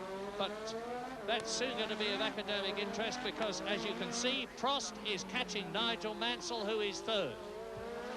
Yes, the thing is, although it normally works that the softer the compound, the more the wear and the less durable it goes, it doesn't always follow that way, and this is obviously the case here, that for some reason it may be that the cars are sliding more on the Bs and therefore they overheated more. You do get strange reversals, and it would seem that Prost has hurt his chances in this race, although he's certainly fighting hard, because it looks like he chose the wrong tyre. Well, now, if Prost can get ahead of Mansell, he will be within sight of Piquet, who is second. And although he will then be half a minute behind Keke Rosberg, there would be no doubt at all about the fact that a signal would go out from Keke Rosberg's race engineer, Steve Nicol, to say cool it and let Prost through to win the championship. And that could be absolutely riveting. We're watching this race, as is appropriate for Adelaide, really come alive. And Nigel Mansell has obviously agreed with what I suggested just now, because and that is to defend that third place as hard as he can, because he's speeded up and he's just got very close in terms of time to Prost's new lap record. It's only a tenth slower than that, so he's shown that he can respond and is prepared to respond. So Prost is going to have a hard fight to get past. And just savour this, the three championship contenders, Nigel Mansell in the lead in the championship, Alain Prost second in the championship, Nelson Piquet third in the championship, are together in second, third and fourth places. Piquet, Mansell, Prost. Ahead of them, Keke Rosberg. If anything happened to Keke Rosberg, the championship would be down to these three men, except that, of course, Nigel Mansell could still finish third and win the championship. What an absolutely enthralling situation. And Alain Prost speeding up all the time. He's still got the fastest lap, 1 minute 21 seconds, almost exactly, just 0.02 of a second over. And now the professor has in front of him the Englishman engineer, Nigel Mansell. Look down on it. There is the gap as they go down the fastest part of the course, the Brabham Straight, into racetrack hairpin, first gear. Now into the sweeping left-hander at Paddock Turn. That's where Patrick Tambay went off with the grass on the left as they enter Victoria Racecourse on this newly constructed piece of road. All the rest is on the city streets or environs of Adelaide itself. Down to the second slowest corner, Foster's hairpin, first gear. And this is the completion of lap 60 in this 82-lap race. We've still got 22 laps of pure enjoyment left. Yes, and Prost has got to get close to Mansell. He's got to try and get closer and closer before they take the quick corner onto the main straight. He's got to really be within a couple of car lengths, and it may just be that the Ligier will help him get that close.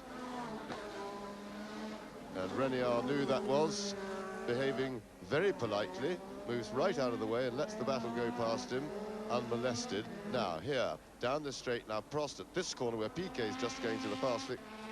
Prost wants to be very close. I wonder if that's Ayrton Senna having his sandwiches. Work done for the day, he looked very relaxed. In a pre-race TV interview, they asked Ayrton Senna if he couldn't win the race, who would he like to see win the race? He rather sensibly said he really couldn't give a stuff.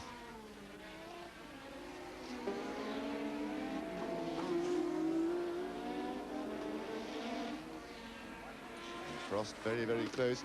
I wonder if Mansell is going to be prepared to use that boost switch in the car to defend the place. I should think this is a stage where he ought to. You're watching the battle for the World Championship, in effect, because if Prost can get past Mansell, he will then be within striking distance of Piquet.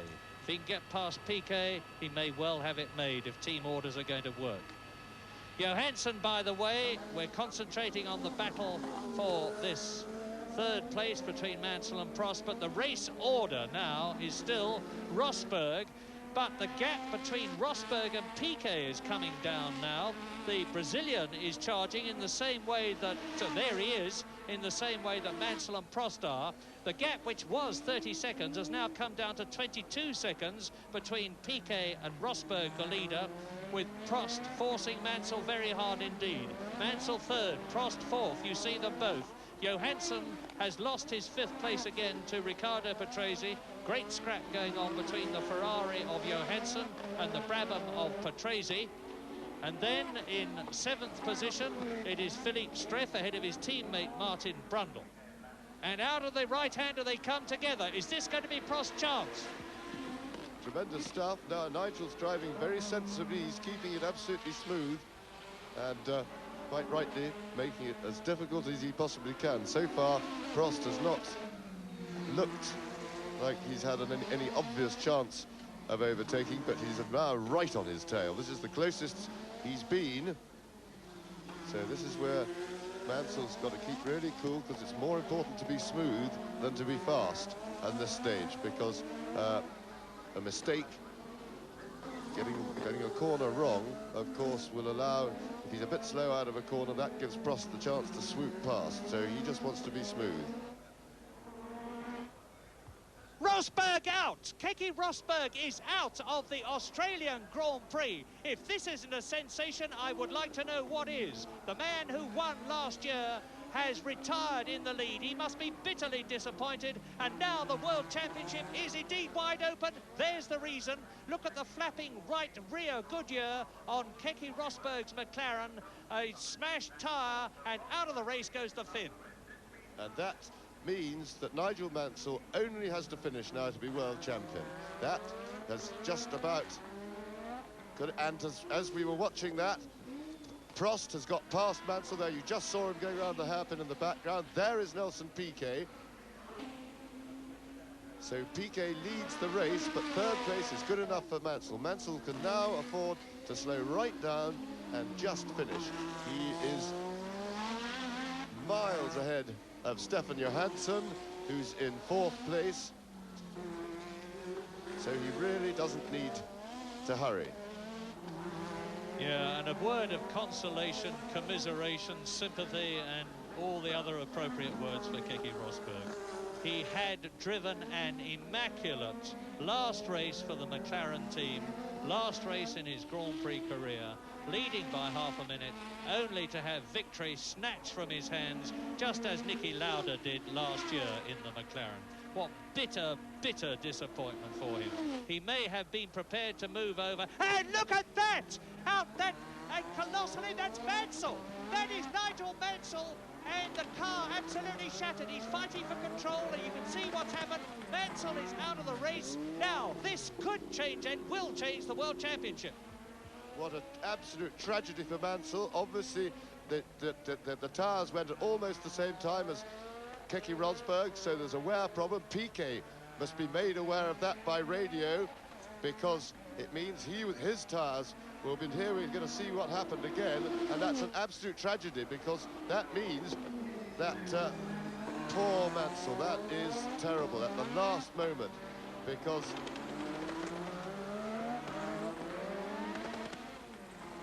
well, it could still happen to Nelson Piquet. That was pretty dramatic, and Mansell did pretty well to hold on to the car and keep it straight then. So Nelson Piquet now leads, and leads with World Championship points if he can finish in this situation, but he's got Prost right behind him. So the World Championship is suddenly being battled out by these two. Now let's clarify things with bitter disappointment, first of all, for Keke Rosberg. Knife and now for Nigel Mansell.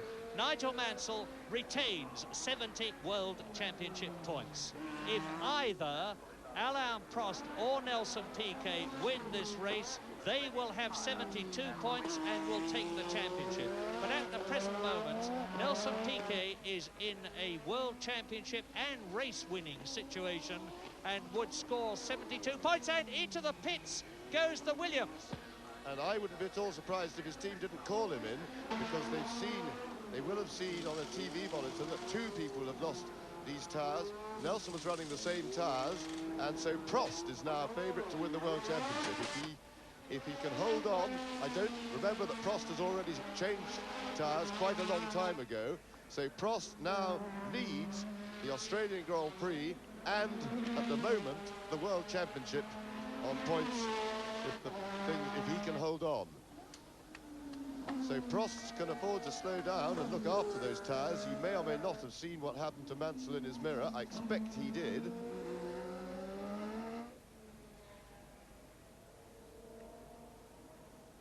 Well, certainly from a safety point of view, I'm sure that was the right thing to do, to call Piquet in.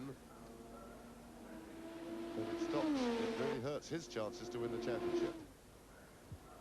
If you are in Britain, do not get up and go on, put on the kettle. If you are in Australia, do not open another can of Foster's, because you have now got between lap 66 and lap 82 to watch what I believe is going to be a classic struggle between two of the four top men in Grand Prix racing this year.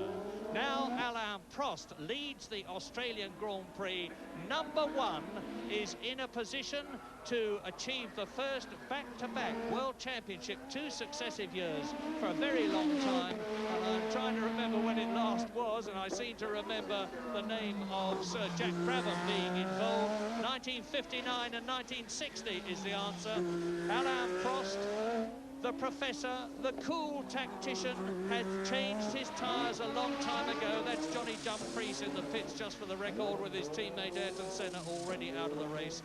Now Nelson Piquet is on a new set of rubber, and the gap between Alain Prost in the lead and Nelson Piquet in second position is some 15 seconds as you watch the professor.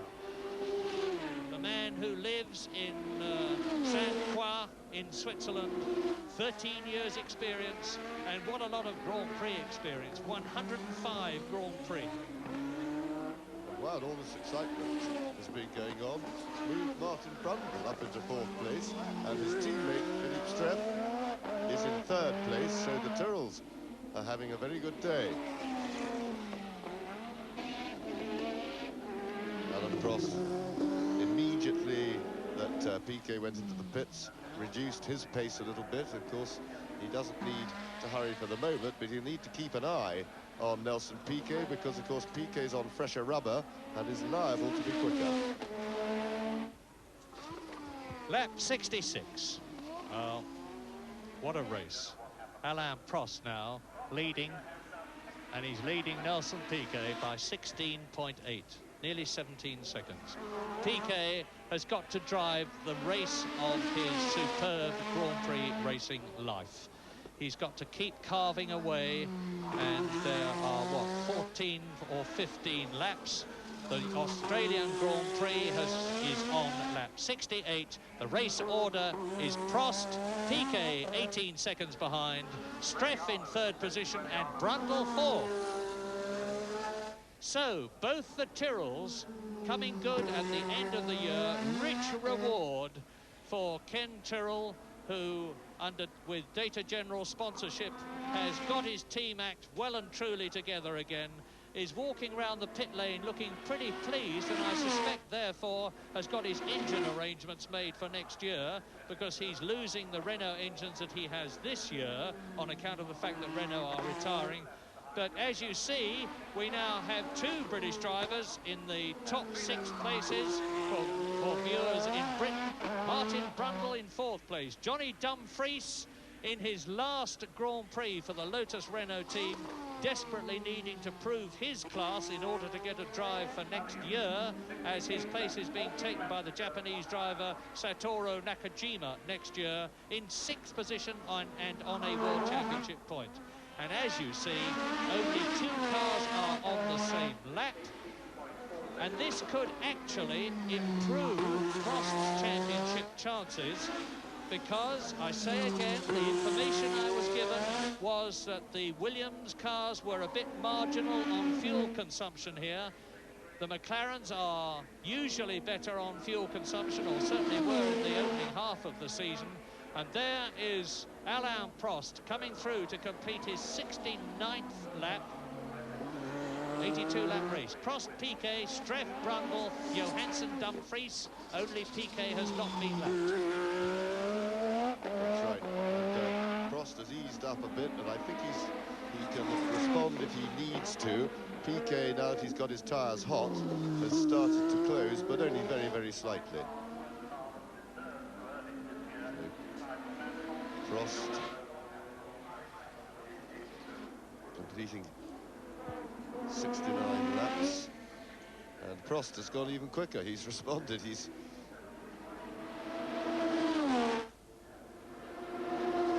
yes, and another new lap record. Just as I said he was slowing up, he's gone and put in a new lap record. And no, he hasn't, as Piquet's gone even quicker. So they're both going very quickly indeed. But it was only a matter of 300ths difference in quicker that Piquet went. Yes, I did a visual check with my own stopwatch there, 18.4 seconds, which I'm glad to say is confirmed by the nearest to 1,000th of a second electronic equipment, which gives exactly the same gap. So Alain Prost now on target for his second World Championship in 2 years. And there is Martin Brundle. He's now pretty close to Philip Streff. There is Streff in front of him. So will we see Brundle coming up and having a fight and trying to snatch third place from his own teammate? Martin Brundle's best finish ever was in Detroit when he finished in second place in his first year for the Tyrrell team, having finished his first Grand Prix in 5th place in Brazil. And the enormously likeable Englishman who comes from South Wootton, which is near Kings Lynn, is on his way for 964 points. Philippe Streff coming good because he finished in 3rd position last year here in Adelaide, but in a different car. Last year he was in the Ligier team. This year he's driving for the popular Ken Tyrrell. And Ken's got 2 cars in the top 4. And since the division of the prize fund, which is organised by FISA and FOCA together, is obviously in proportion to the finishing order, it looks as though Ken Tyrrell is going to end the season in the money. Yeah, I've just remembered the fact that Philippe Streff savaged Jacques Laffite on the last lap last year and actually finished his race on 3 wheels as a result of trying just a little bit too hard for second place. And let's hope that doesn't happen between the 2 Tyrrell cars. Now we are on lap 71 of this race, which has seen Mansell go out most dramatically and tragically. Keke Rosberg go out equally dramatically and tragically. Keke Rosberg in the lead, Mansell in the World Championship lead in this FIA World Championship race here in Australia, with Christian Danner having retired, Senna, one of the hot favourites, having retired. So has De Cesaris, Berger, Rodengatter, Alan Jones, hoping so much to do well in his home country in his last Grand Prix of the year, and for the team, I suspect. And there is a big cloud hanging over the Lola Haas team, who are rumoured to be going to be told their fortunes tonight after this race finishes about what happens next year. Alan Berg is out, Nannini is out, Ghinzani is out. Here is the hero of the hour at the moment, Alain Prost, leading now increasingly comfortably, because he's increased the gap over his rival Nelson Piquet for the World Championship. This is Johansson on the curb, and he grounds it, scrapes along the flat bottom, regains the ground with all 4 wheels. It's a good thing he didn't stop there, because he would have lost drive, but he's back on the circuit in 5th place. Yes, you got a jolly hot bottom doing that, because you sit on the floor of the car, and it would have been scraping along right underneath him, and creates a lot of heat.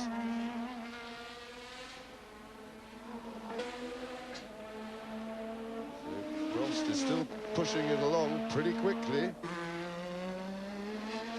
But what a tragedy for Nigel Mansell. Driven so well all season. There is Nelson Piquet in 2nd place. Mansell had by and large outdriven Nelson Piquet, and Piquet, I think, is easing up, because or maybe he was a little bit slower then, but lapping the Zach speed, but The gap now is over 21 seconds. It could well be that Nelson Piquet is having to ease up. I'm sure the fighting Brazilian doesn't want to, but the fact remains that the gap has increased from 18 to 19 to 20 to 21 seconds between himself and race leader Alain Prost. And it could well be because the Brazilian, on advice by radio from his pit, is just having to take it easy on account of the fact that the fuel may be getting low. 2-hour race. The race has been going to 1 hour and 45 minutes, and there is the unfortunate Nigel Mansell, bathed in sweat, his face a mask of tragedy, seeing his World Championship chances slipping away, with the likelihood, and I emphasise the likelihood, of Alain Prost finishing with 72 points ahead of Nigel Mansell, who would be on 70 points, and Nelson Piquet, if he finishes where he is now, on 69 points. Little consolation to Nigel Mansell to know that the prize, just having eluded his grasp, he would still finish in second place in the World Championship, because of course what you want to do is win. And here is the likely winner.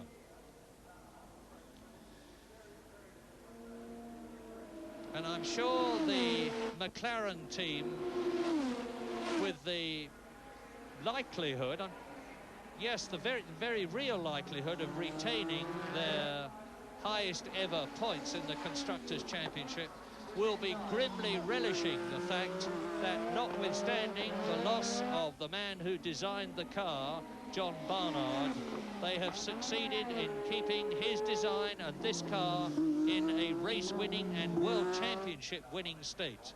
Thanks particularly to Tim Wright and Steve Nicol, the two race engineers. Tim Wright for Alain Prost there, Steve Nicol for Keke Rosberg, and it was no fault of Steve Nicol's that Rosberg's car went out of the race with that blown tyre. This is lap 75 in an Australian Grand Prix which has been full of interest, excitement and incident all the way. There is the second place man, Nelson Piquet.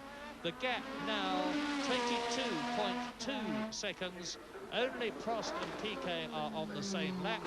Philippe Streff and Brundle are separated by 0.4 of a second in third and fourth places. Johansson is fifth, Dumfries is sixth, Jonathan Palmer, the other English driver, is in 10th place.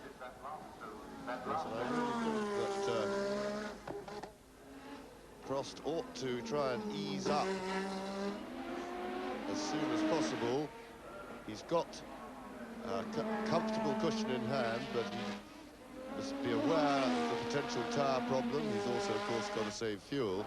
But above all, I think he should look after those tyres. Of course, his, even if he's on the same compound, have not gone as far as, and won't have to have gone as far as as Mansell and Rosberg, the two people who had trouble. So if there's consistency in the production of the tyres, which there is pretty good, it is pretty good these days, he should be all right, but he shouldn't be taking any chances.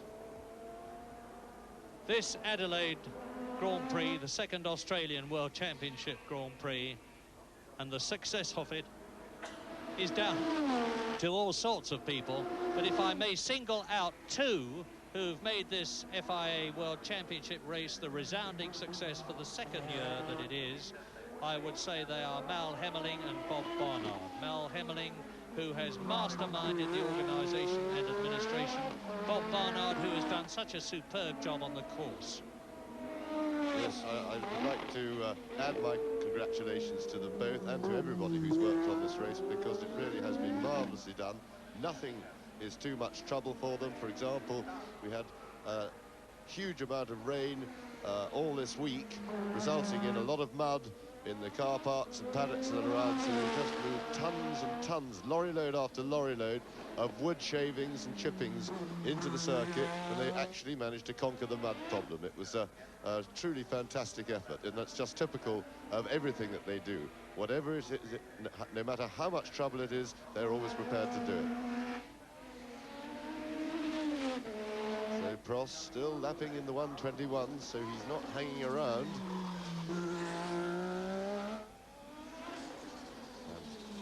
And not very far to go. He must be pretty excited, but of course not allowing himself to get excited. He's got a job to do and a job to finish first. But if he can hang on to the end of the race, he will have achieved a feat that many people and many great drivers have tried for many years, but not since 1959 and 1960 has any driver won the championship 2 years running. And that's would be a fantastic feat by Prost and by the McLaren team to have provided him with the equipment. What an incredible record this 31-year-old man has. He started his Grand Prix career with McLaren in 1980, and he actually finished 5th and in the World Championship points in his very first Grand Prix. Then he joined Renault, and in 1981 finished 5th in the World Championship. He finished 4th in 1982.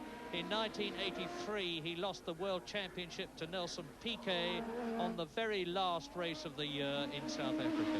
In 1984, he lost the World Championship to his teammate Niki Lauda at the very last race of the year in Portugal. Last year, he really made sure of things by winning the World Championship, and he is now, locking up his right front a bit there, he is now on the way to doing, as James has just said, the first back-to-back World Championship since Sir Jack Brabham in 1959-60, and how appropriate it is that the great Australian record should be matched by Alain Prost. Potentially, he still has to finish here in Australia. There is the only man who can challenge him, and one or other of them must win the championship, that being number 6 Nelson Piquet, except in the unlikely event of both of them failing to finish, because we are now on lap 78. There are only 4 laps to go at the end of this one. There are the Team Haas very despondent mechanics, because their race is run, and now they are wondering about their future, about which they are to be informed, I believe, by race boss Tyler Alexander at the end of the day. Nelson Piquet, though, has no such worries in the Williams team, as is Nigel Mansell next year. Those are the positions after 77 laps. We are on the 78th lap. Alain Prost is maintaining the gap of 20 seconds over Nelson Piquet that you are looking at. Streff, Brundle and Johansson in 3rd, 4th and 5th places are on the same lap. But now Martin Brundle has dropped back a bit from Philippe Streff, who looks to me as though he's going to be pretty sure of 3rd position, provided he keeps going as he is now. Stefan Johansson is 5th. Johnny Dumfries is still 6th and in the World Championship points in his last race for Lotus. Well, Nelson Piquet certainly hasn't given up yet. He's just gone very, very close to his own lap record, and so he's still motoring on at full speed, and that would be more to put pressure on Prost, to pressurize Prost's machinery rather than any hope of catching him. But of course it's important that he should make Prost work for it because of the potential tyre problem, because of any potential fuel problem should there be one. So Piquet is certainly doing the right thing. He's got to keep pushing. Well, let's just quickly, while we're watching Philippe Streff there in 3rd position, run through the reasons for the retirement so far. Michele Alboreto went out on the very first lap with an accident problem. As far as I know, he's perfectly all right. Ghinzani was transmission. Nannini was that accident we saw. He's okay. Torbay was transmission. Jones was engine. Rotengata was suspension. Berger was clutch. I don't know why De Cesaris went out, but he did. Senna had engine trouble, as did Christian Danner. Thierry Boutsen had some sort of problem that I haven't been able to identify. You know perfectly well what happened to Rosberg and Mansell. The tyre changes were left too late, and Derek Warwick has gone out with brake problems.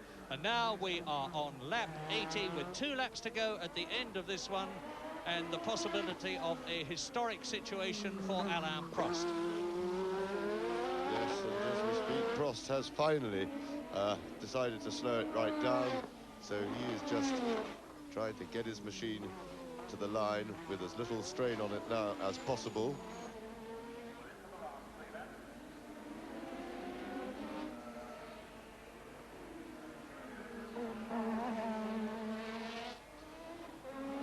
There's Johnny Dumfries in 6th place, and bit of break-up from his car camera then, but that was what we hoped it was looking like from his point of view. There he goes.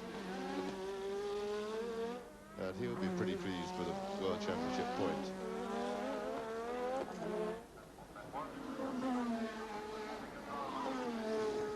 Yes, he'll be delighted with the World Championship point, because it will confirm the view of many of us that this young Scot, who has very much been number 2 in the Lotus Renault team to the brilliant Ayrton Senna this year, fully deserves, richly deserves, a drive in Grand Prix racing next year.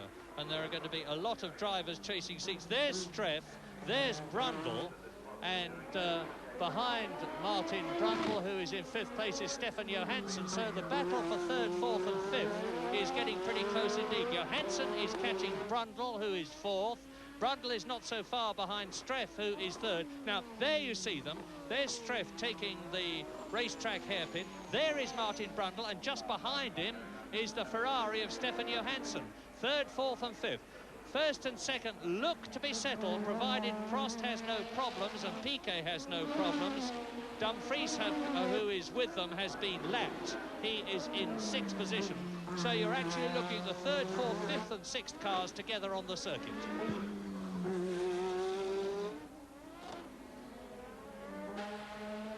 And there is Alain Prost, just starting his last lap. So Prost can virtually coast around the circuit. He's got a comfortable lead of 11 seconds now. He's slowed it right down. He's 11 seconds in front of Nelson Piquet. And bitter luck and bitter disappointment for Nigel Mansell, who was doing everything right to win the World Championship, and then he had his tyre explode on him, as did the man who made the running for most of the race, Keke Rosberg. But you've got to hand it to Alain Prost. He does deserve this title. He's driven steadily, thoughtfully. He drove in a marvellous race today, never panicked, and just kept on his usual relentless coming through, and a tremendous effort also by the McLaren team. It's been a wonderful Foster's Australian Grand Prix. I've enjoyed the sponsor's product plentifully, and Alain Prost is virtually within sight of his 25th Grand Prix, his 2nd World Championship.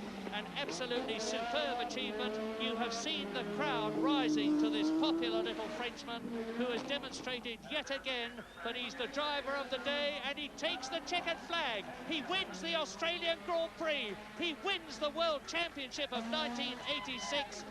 Absolute euphoria in the McLaren pit, and Keke and Alain Prost stops immediately. I wonder if that means he was so low on fuel that he had to stop. Look at him, he can hardly believe it himself. Alain Prost, the quiet, softly spoken Frenchman, receiving the plaudits of the crowd, and my goodness, they deserve. But let us not forget, in the joy of the occasion for this victory for Alain Prost, the bitter cup of Nigel Mansell, who has had the World Championship dashed from his hands. That's Tim Wright in the glasses, Alain Prost, race engineer. Let us not forget the bitter disappointment for Keke Rosberg, who might well have won the race. And let us too sympathise with Nelson Piquet, who failed to win the World Championship for the 3rd time. Now, that means to say that Alain Prost goes down in history as having won the World Championship 2 years in succession, and Nelson Piquet has finished in 2nd position. Stefan Johansson has taken 3rd place, an incredible achievement on the last lap. Stefan Johansson not only got past Martin Brundle, who's coasting in and going across the line out of fuel, but he also got ahead of Philippe Streff. There is Martin Brundle. He has stopped just over the line, and he's run out of fuel. Well, the Australian Grand Prix is full of drama, excitement and incident right to the end. There is Philippe Streff. Fini, he says. Mon auto est fini. The race is over, the car has stopped, and now, subject to official confirmation, no doubt about the fact that the winner is Alain Prost, who has won the World Championship with a total of 72 points to the unfortunate Nigel Mansell's 70 and Nelson Piquet's 79. So Prost wins the race and the championship. Here is Stefan Johansson coming home in third position. Nigel Mansell finishes second in the championship but not in the race. Piquet finishes second in the race and third in the championship. Stefan Johansson in his last race, and there he is for Ferrari, finishes it with a flourish and underlines his claim for the second seat in the McLaren team as a dejected Philippe Streff walks home. Stefan Johansson third. Martin Brundle in fourth place, who coasted across the line, which his teammate Philippe Streff, who was ahead of him, did not do. So Martin Brundle finishes in the points in fourth place. Ken Tyrrell gets the fifth place with Streff, and Johnny Dumfries finishes in the Lotus Renault in sixth place. And just look a little Alain Prost, he's full of chat, and he may well be. Up now to the podium, and what an enormous round of applause he's going to get, because this Australian crowd is enthusiastic. I won't say like no other. It's a long way home for poor Philippe Streff. Plod, plod, plod. And he knows that he has lost a place in the process to Martin Brundle. But back upstairs, as it were, the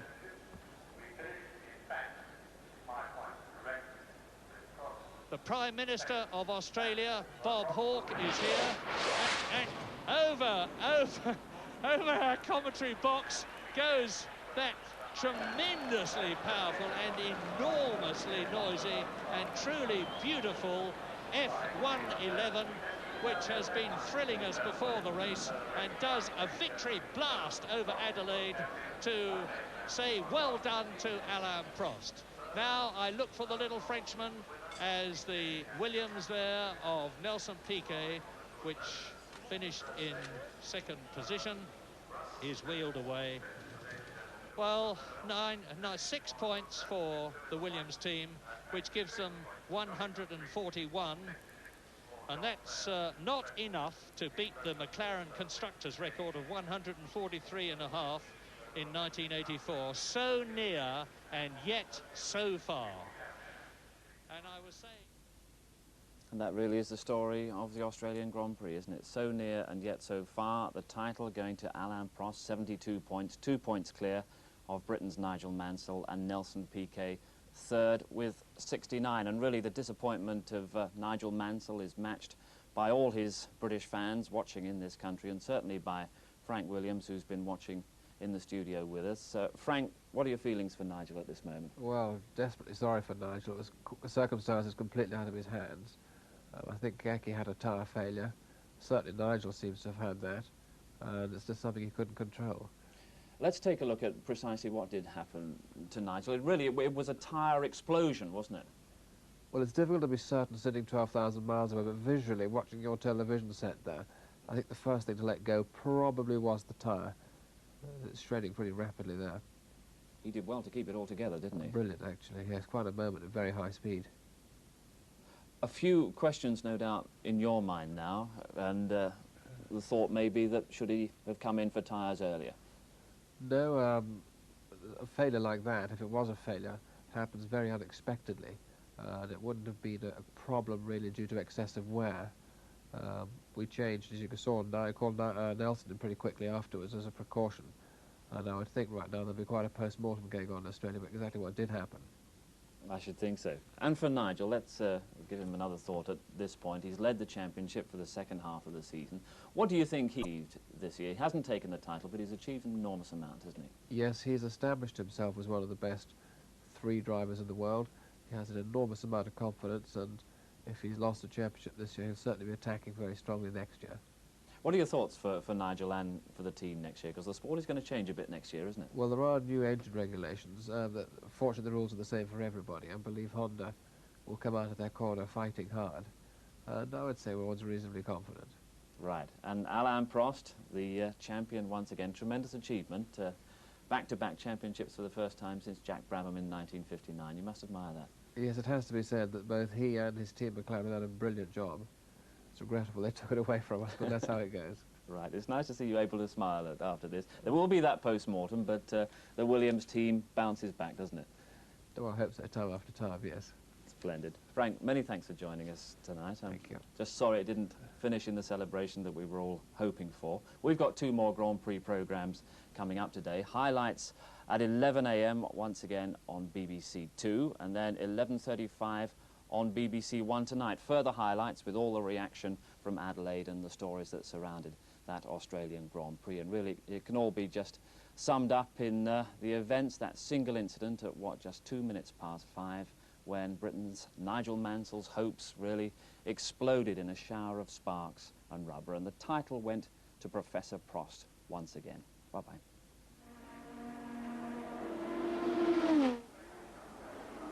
And look at that! Out that, and colossally, that's Mansell! That is Nigel Mansell, and the car absolutely shattered. He's fighting for control, and you can see what's happened. Mansell is out of the race. Now, this could change and will change the World Championship. And Alain Prost is virtually within sight of his 25th Grand Prix, his 2nd World Championship. An absolutely superb achievement. You have seen the crowd rising to this popular little Frenchman who has demonstrated yet again that he's the driver of the day, and he takes the checkered flag. He wins the Australian Grand Prix. He wins the World Championship of 1986. Absolute euphoria in the McLaren pit, and Keke and Alain Prost stops immediately. I wonder if that means he was so low on fuel that he had to stop. Look at him, he can hardly believe it himself.